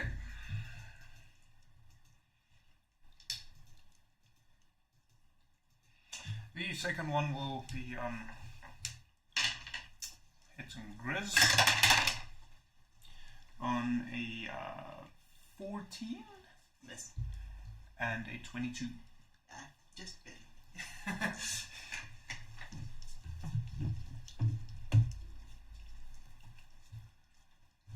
You better get that now. I didn't do shit. My dice have been rolling shit. I killed him. 9 points of slashing damage. And the last one will be on the other merc. Ironically, I got more damage from Tamido's slap.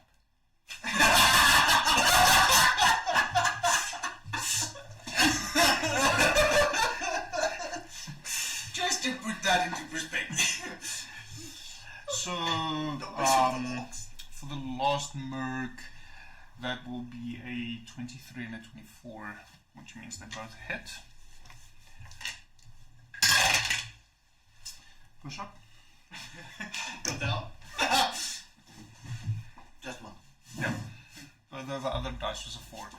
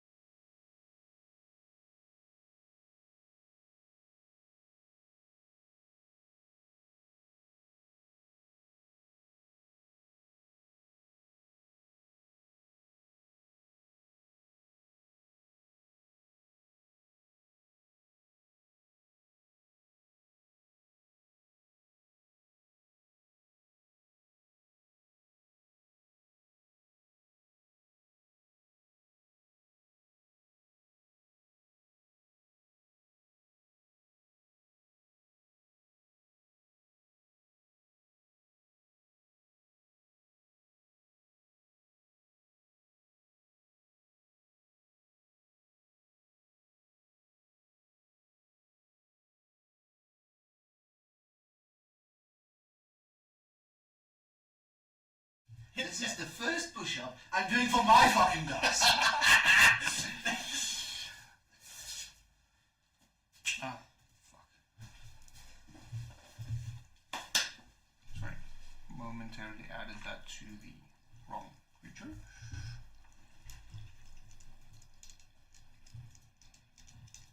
Okay. Now it is the warrior's turn. Attack with his longsword. He does not have disadvantage anymore. Yeah. So that is 19. Misses. 18. Still misses there. So. The other one? 16. Very well. Okay, Skelly's turn. So, same thing. Same, but different, but same. So, healer, 16, if I remember correctly. I think that'll hit. No, if it's 16, it definitely hits. Yeah. Yeah, it hits on a 14. But that's still the 5. Hmm? So that's plus 2. No, that's 12 AC plus 2, so 14. That's on 4. So, the healer's AC currently is 14, and this is, in fact, an 18.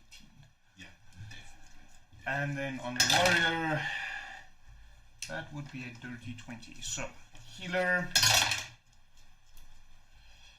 does not look good for the healer, who is currently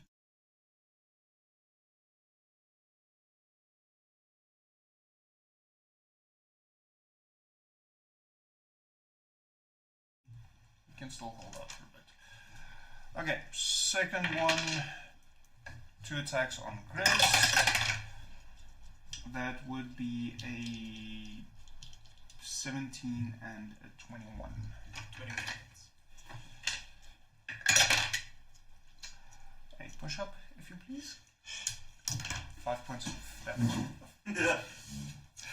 Please can I just, like, use a reaction just to scream at him, the fucking girl at the barmaid hits better than you and worse than you. You don't have vicious mockery. I wish I did, that would have been good. And the last one on the merc. See if I do push up. So 12 misses, 16 just hits.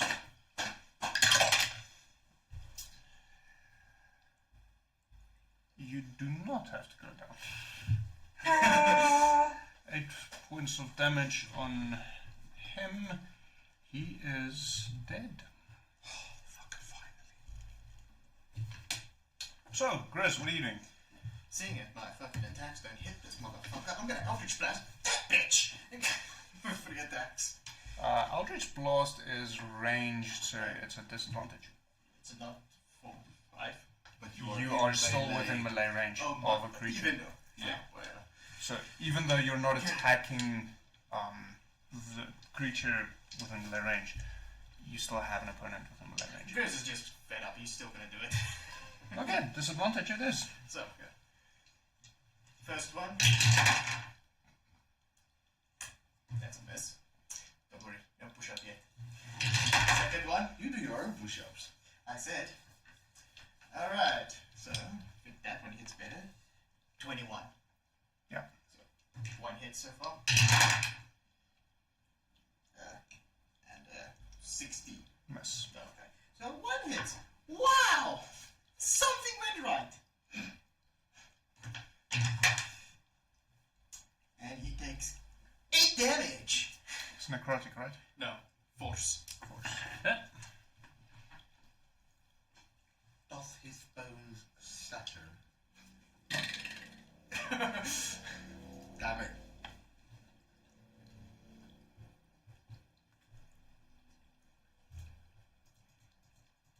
Okay, spellcaster. She's going to use Cure Wounds on herself. So she's gonna touch herself. Got it. Yeah. Cure wounds. Mikey. You wanna cast it at first level or at second level? She's going to cast it at second level on herself. Okay, so that's 2d8. She's got 3 first level slots left and 1 second level slot left. She's not supposed to roll concentration. Oops. So that is going to be 8 points that she heals. Say again?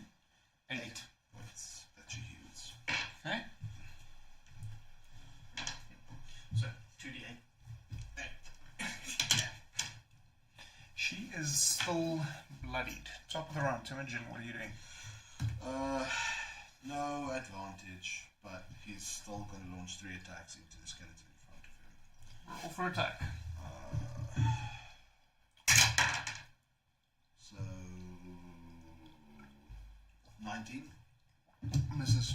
So okay. That's a hit. That's a hit. 10, 15.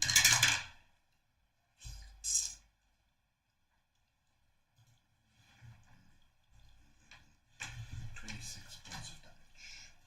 Slashing.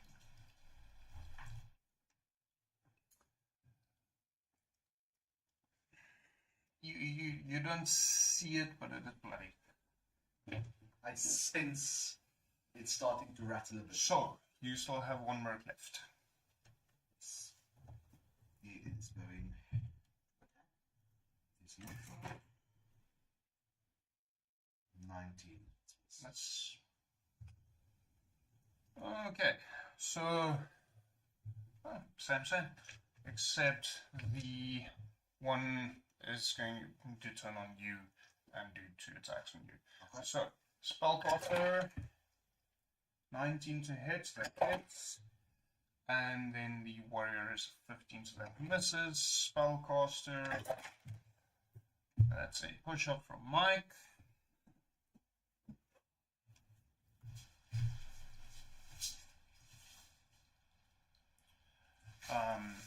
The one currently facing Grizz.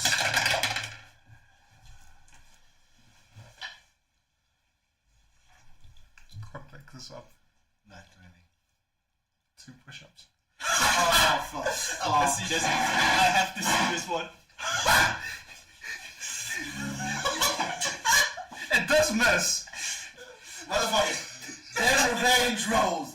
They're revenge rolls for me beheading your favorite toy. Then revenge dies, motherfucker. No, you didn't behead my favorite toy, but that is for a different stream. Oh!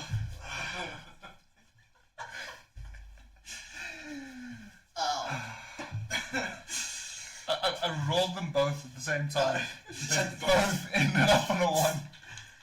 I didn't know shit like that. I should feel that. That's rarer than a critical. That should. Do you want to come take a photo? No, I believe you. Okay, but please do take a photo, for socials. And my phone's is currently A bit busy. occupied. Oh, shit. May I enter this GM screen space? Yeah. I'm currently on the streaming app, and I just realized I've been jumping around on scenes, Ew. which I shouldn't have. Because I was using the number pad to type stuff in, and I've assigned the number pad to different views on the stream. I'm sorry, I really didn't realize I was doing that. Some people are like, What the fuck's going on? you know what would be worse? Because it's starting soon. It's also adding more of the basic as well as the combat screen. It's the Curse of Strahd basic in the combat screen. Then it's the world building screen, which I'm using that one, which is tiny in the middle, as well as a Really confused some people tonight.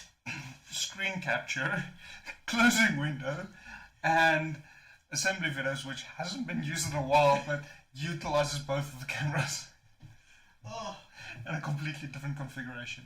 So, fuck. you got issues, but it's fine. You can just listen if there is no sound. Oops. So, note to self. Note to DM. Don't use the keypad.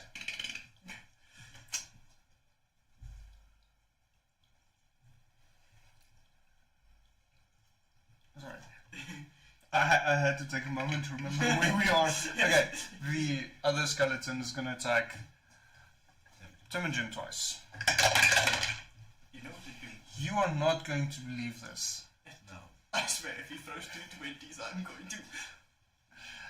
It's a 18 and a 22 to hit. Okay, so the 22 hits. You asshole! You know what would be worse? Like if you 7 have points of damage. 7. Slashing. If you have an advantage on all your attacks and you like throw 4 ones. Or even worse, you're a fighter. So, Grizz, what are you doing? He's gonna thunderclap that one in close range doing Go for it. wisdom saving throw 15.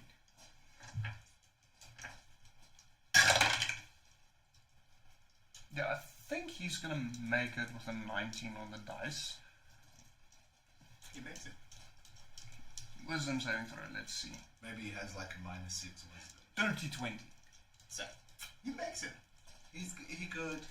He's like, nope. Spellcaster. Yeah. Sorry. She is simply going to attack with her quarter.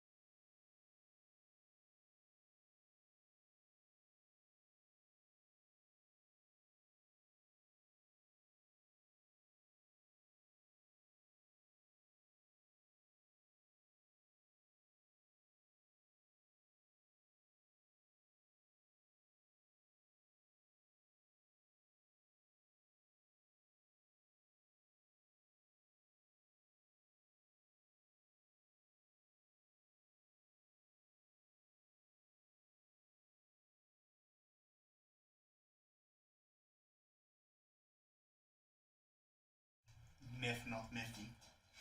I've had Okay, that one is very nearly down. Merc. Last one. That is. They keep rolling 19s. That's it. I'm innocent, it's your dice. I have rolled so many 19s, but funny enough, her 19 and his 19 look different, but both of them constantly roll 19s. So it's a 13 plus 6, it's 19. It's just. Okay, so for the skeletons, same. Same. Caster, healer, that is a 26 to hit. That hits. And on the merc, 17 to hit, so both hit. That is 10 points of slashing damage on the healer, and I'm remembering this for the first time in a while, she's supposed to roll concentration. It's literally in front of me, big in red. Concentration. So that's 16. Okay, so she's fine. She still does take 10 points off. Damage. Oh, no, she doesn't.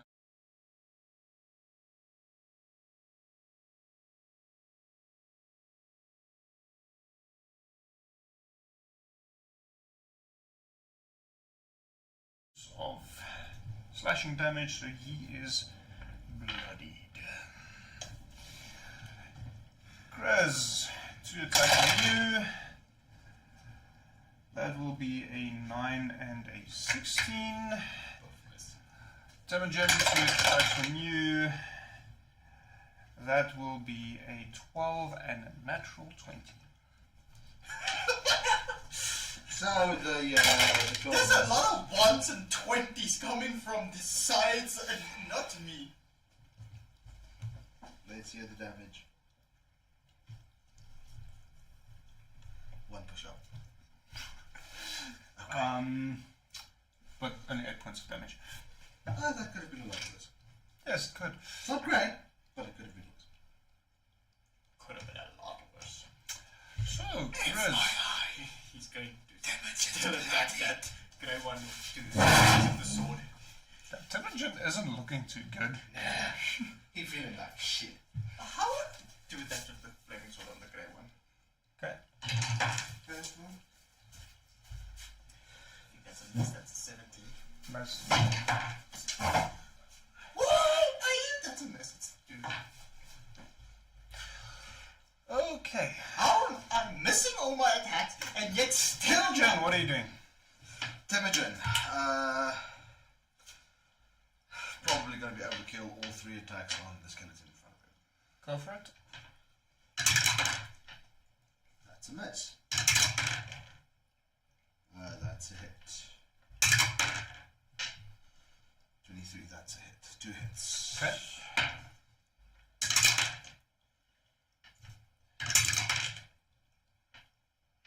Twenty 21 points of damage.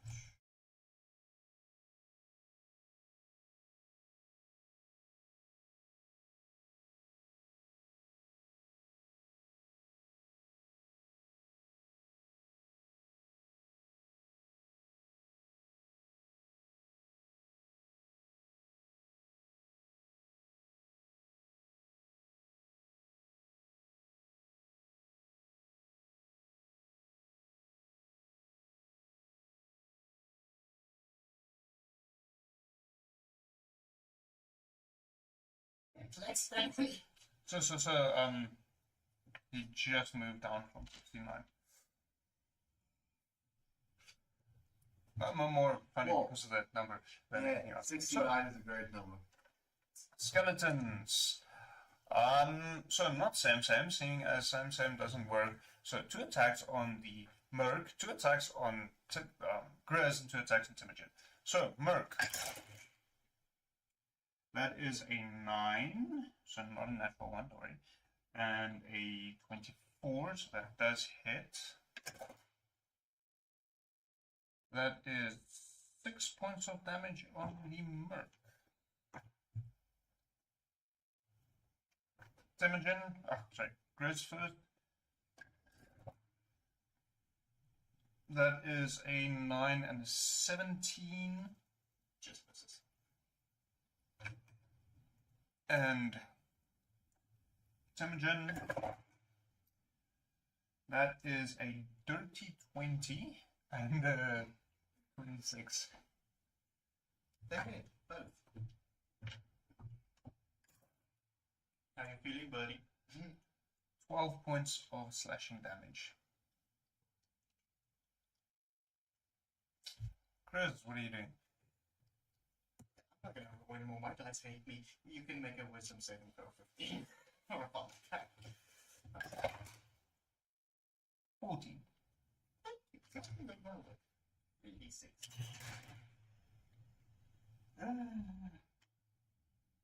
Maybe fun the damage.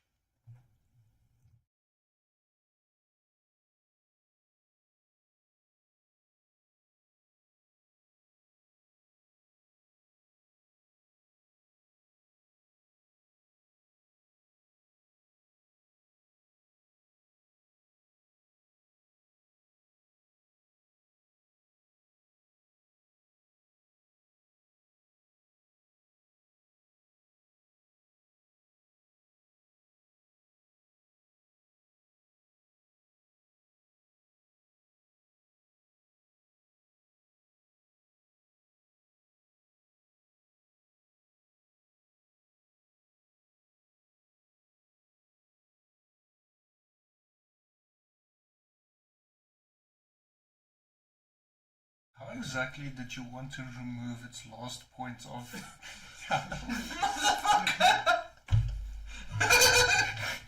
So, It was standing on 1 HP.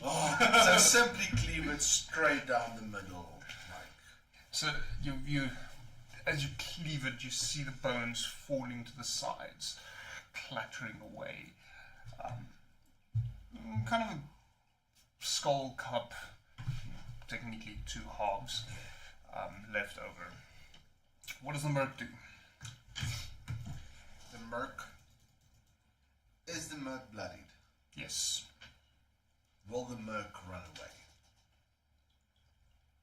Probably yes. Then I think it's logical for the merc to have seen its comrade fallen to run away. Okay, so disengage.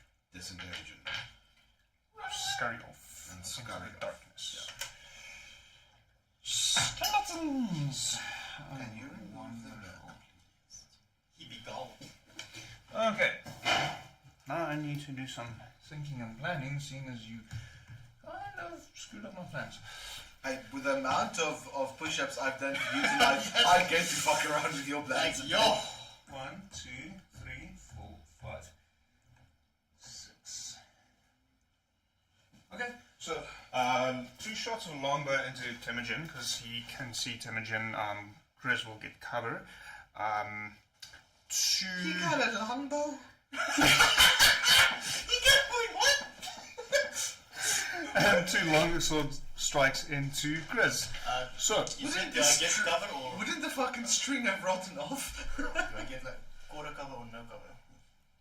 you would get cover if the longbow was aimed at you. That's why you're shooting at Temujin. Oh, okay. I thought it's... So, Grizz, 2 longsword. I forgot there's 2. So that will be a 13 and a 17. Miss again. I miss him and he misses me. What the hell?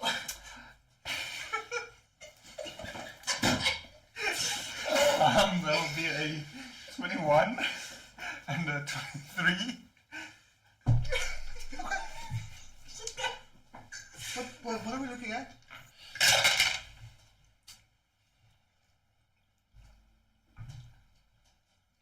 $13 points. Piercing damage.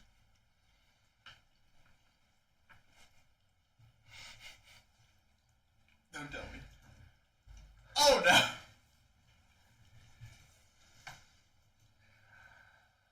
So you see him, Temujin, go down. What do you do? Oh, technically, it's gonna be there. Kind of cold.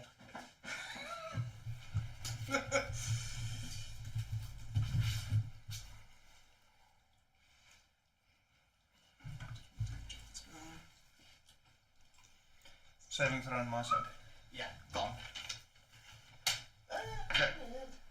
They're gonna hit both of them. Closest one. I don't think that it's an 8. Miss. So he's gonna take the full blunt of that one. Second one. It's a 21. Okay, he saves. Let me just check So if it's half 50. damage. Half damage. Okay. Here comes the D8s again. 8 D8. Couldn't you fucking start with this? I have 3 spell slots, bruh. I don't know what comes out next. This is fair. As you do that, you hear. If I hear another thing, Chris is gonna ignore you and just leave. How many? 5. That's good. Let's get back.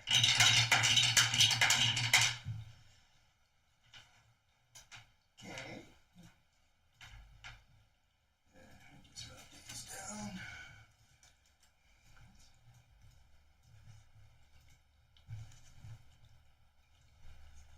That was 5. 3 more.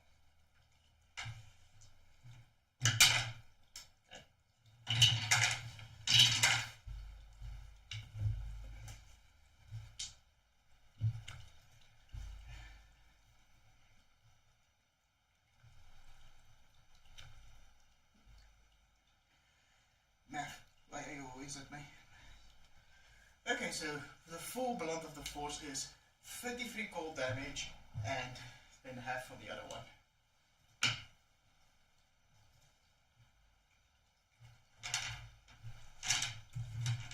Okay, so how do you want to do this?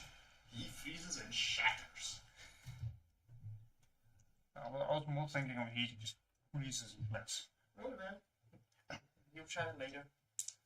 It was a bit cheaper. Imogen.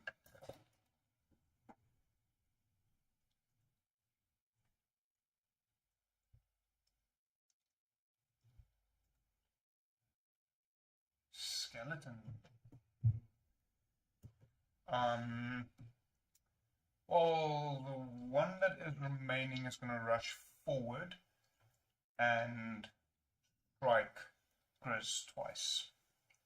The longsword.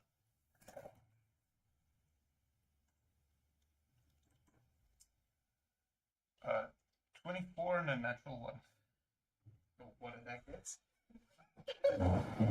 It's not good enough that I kill you. No, no, no!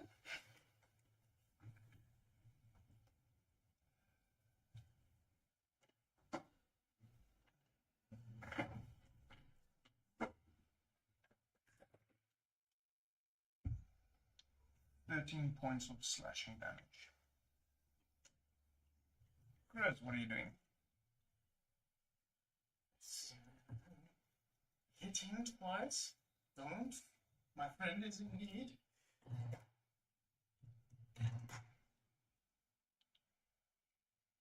think it's saved and misses. Yeah. But for that matter. Yeah, don't roll, just use spells. Spells that need you not to roll.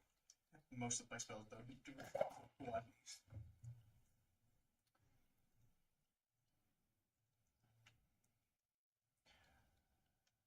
Skeleton will hit you twice again. That will be a 11 and 23. 23 should hit. Yeah. But my brain was just like... 13 points again. Yeah, this is not looking good for you guys.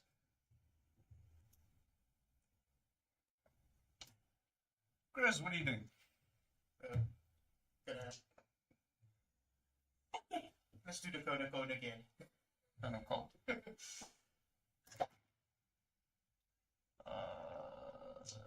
Con save 13. Misses. He takes 4 damage. Sorry. You okay, Mike? Yeah! Zit zeker. It's fine. Ja, je hebt eigenlijk 7 andere characters. Ik wil nou zien. Die funny is, ek het so 60 backup characters. I am never again playing a melee class though. Every single time I've gotten into melee, I've ended up dead. Like,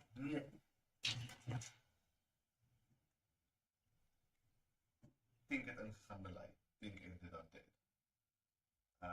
You have my one shots. 34 cold damage. Not too shabby. She died. Elke keer wat Imogen nog soos in 'n proper melee betrokke geraak het, he's pretty much been knocked out.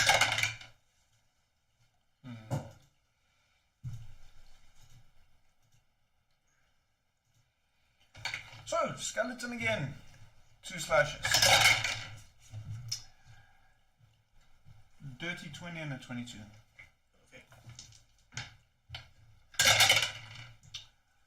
Push up Mike. 11 points of damage. 12 points of damage. So 23 total. Chris, what are you doing? He's going to cast Armor of Agathis on himself, using his last spell. Yeah, using his last one. Okay.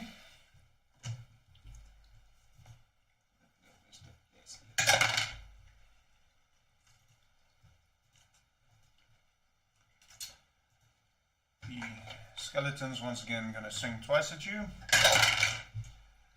for a 17 and a 21. 21 hits, and he takes again 25 cold damage.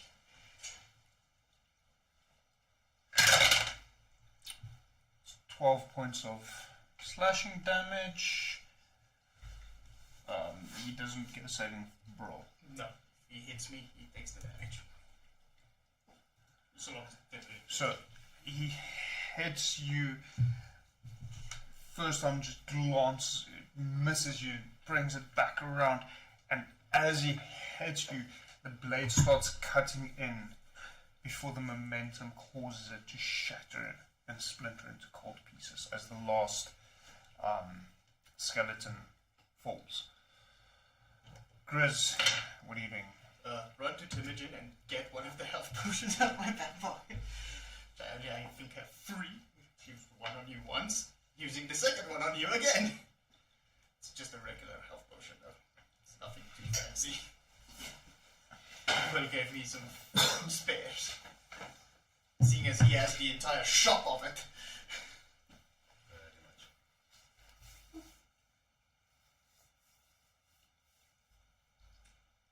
Six. You start coughing as you sit upright, inching away from certain death. No. But don't add damage. No. Worse. Double tap to 12 health, and I'm like, no, not No, that. naughty Mike, naughty. Backward. So Timogen sits up, and the first thing he says, I need to practice archery. So just for reference, this is probably the closest anyone's ever gotten to death, as I did roll 4 times. Yeah.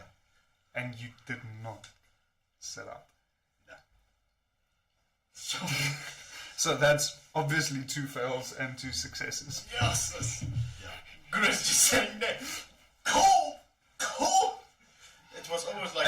It's pretty much, if you didn't take out the skeleton, there's no guarantees. Yeah. That's why I went with the big guns. 50-50. Went with the big guns. So Timogen will simply sit up and say, like, I just remember the time Will got brain sucked. I will have to start practicing archery. I have a bow you could use, trust me. It works wonders. Yeah, we'll consider that. I think we need a drink. We have whiskey down here. You want to stay down here? I'm not leaving right Mike, could you roll me a con saving throw? now. Got it.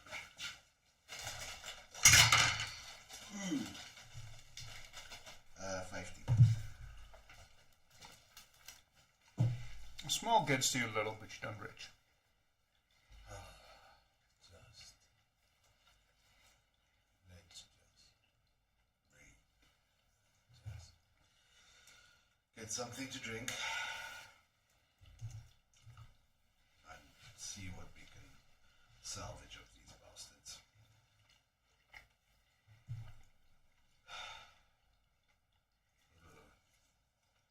And Temujin will get up and start looting Yeah. through all of the guards' stuff, starting undressing them, trying to keep armor, at least make 2 or 3 full suits of guards' armor that he can Grizz use. will also try to loot and see what he can get. You will get 4 chain shirts,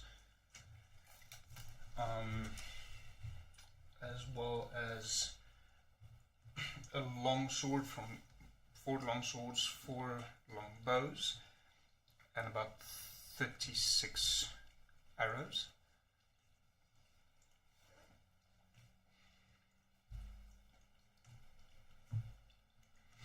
Do you want to go through the skeletons as well? Yeah, why not? Which fruit of poo? So, 4 great swords, 4 longbows, and another 28 arrows. Gold? On the The skeletons didn't carry any gold. The guardsmen did. Between the lot of them, there was about 32 gold total. So, Temujin will take his 15 pieces of gold that he gave them back. And then he will give the rest to Grizz. The skeleton that you chopped the head off before it could do much damage. As you dig through him, Yeah. you notice where its heart would have been was it alive. Strange green glowing rock. Fuck. Would Temujin recognize this?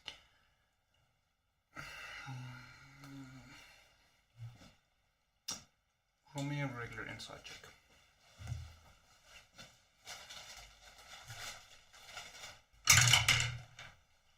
21. Snackronium.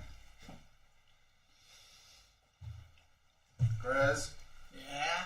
check this. Oh, fuck, what now? Check. Is that what I think it is? I believe it is.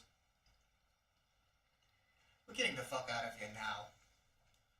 Yeah, I'm with you.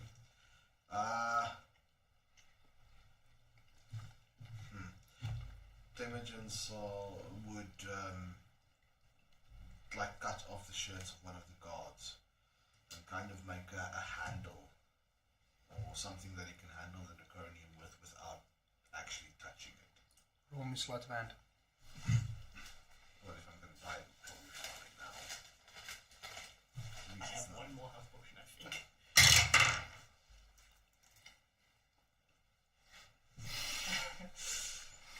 Yes. Oh. So that's 4 total.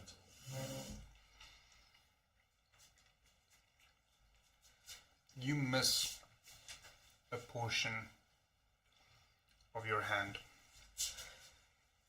And as you reach in to grab it, it touches your skin.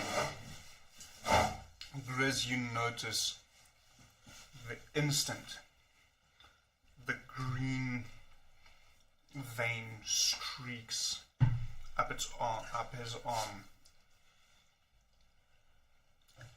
You're a soldier, aren't you wearing gauntlets? You should. Well, Do you have heavy armor? yeah, he is wearing plate, actually. Plate, which means gauntlets with leather inside the handle, so you would actually be able to handle it without having to make a glove. Ah, okay. So you're not seeing your friend going insane. Because Chris was just about to run. Really?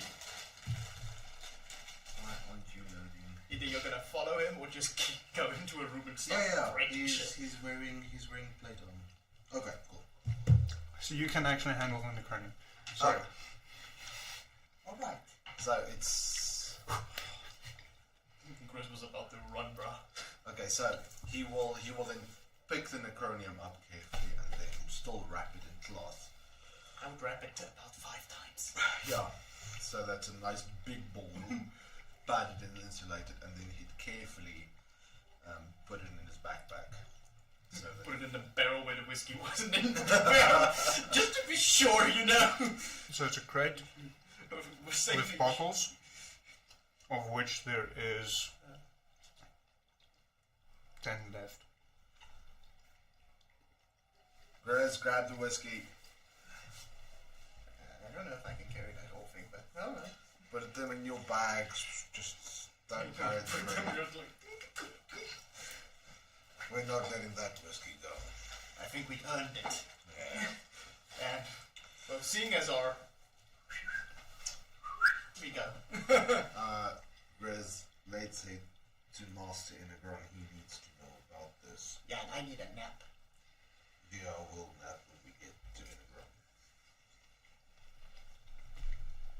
You follow the passageway down It's the same passageway you followed previously. And as you step outside, you are greeted with the tips of several spears pointed directly at the two of you. Thank Lord you guys have shown up. We have a problem.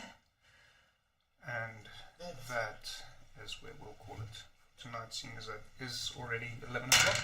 So, yeah, we will be continuing with Isles of Adomawyr and the absolute insane shenanigans that is going on here, seeing as you have no idea what I have in store for you. Probably Grizz in jail again. Yeah, hopefully in 2 weeks' time, both Rhiannon and Megan can be here, which will be fantastic. Next week is Curse of Strahd. Again, as far as I understand, we will be a full cast for once. Eben is back from Europe, so we're happy about that, because one, he's not in Europe, having holiday that we can't, and two, he's playing with us again. Well, playing Dungeons and Dragons at our table.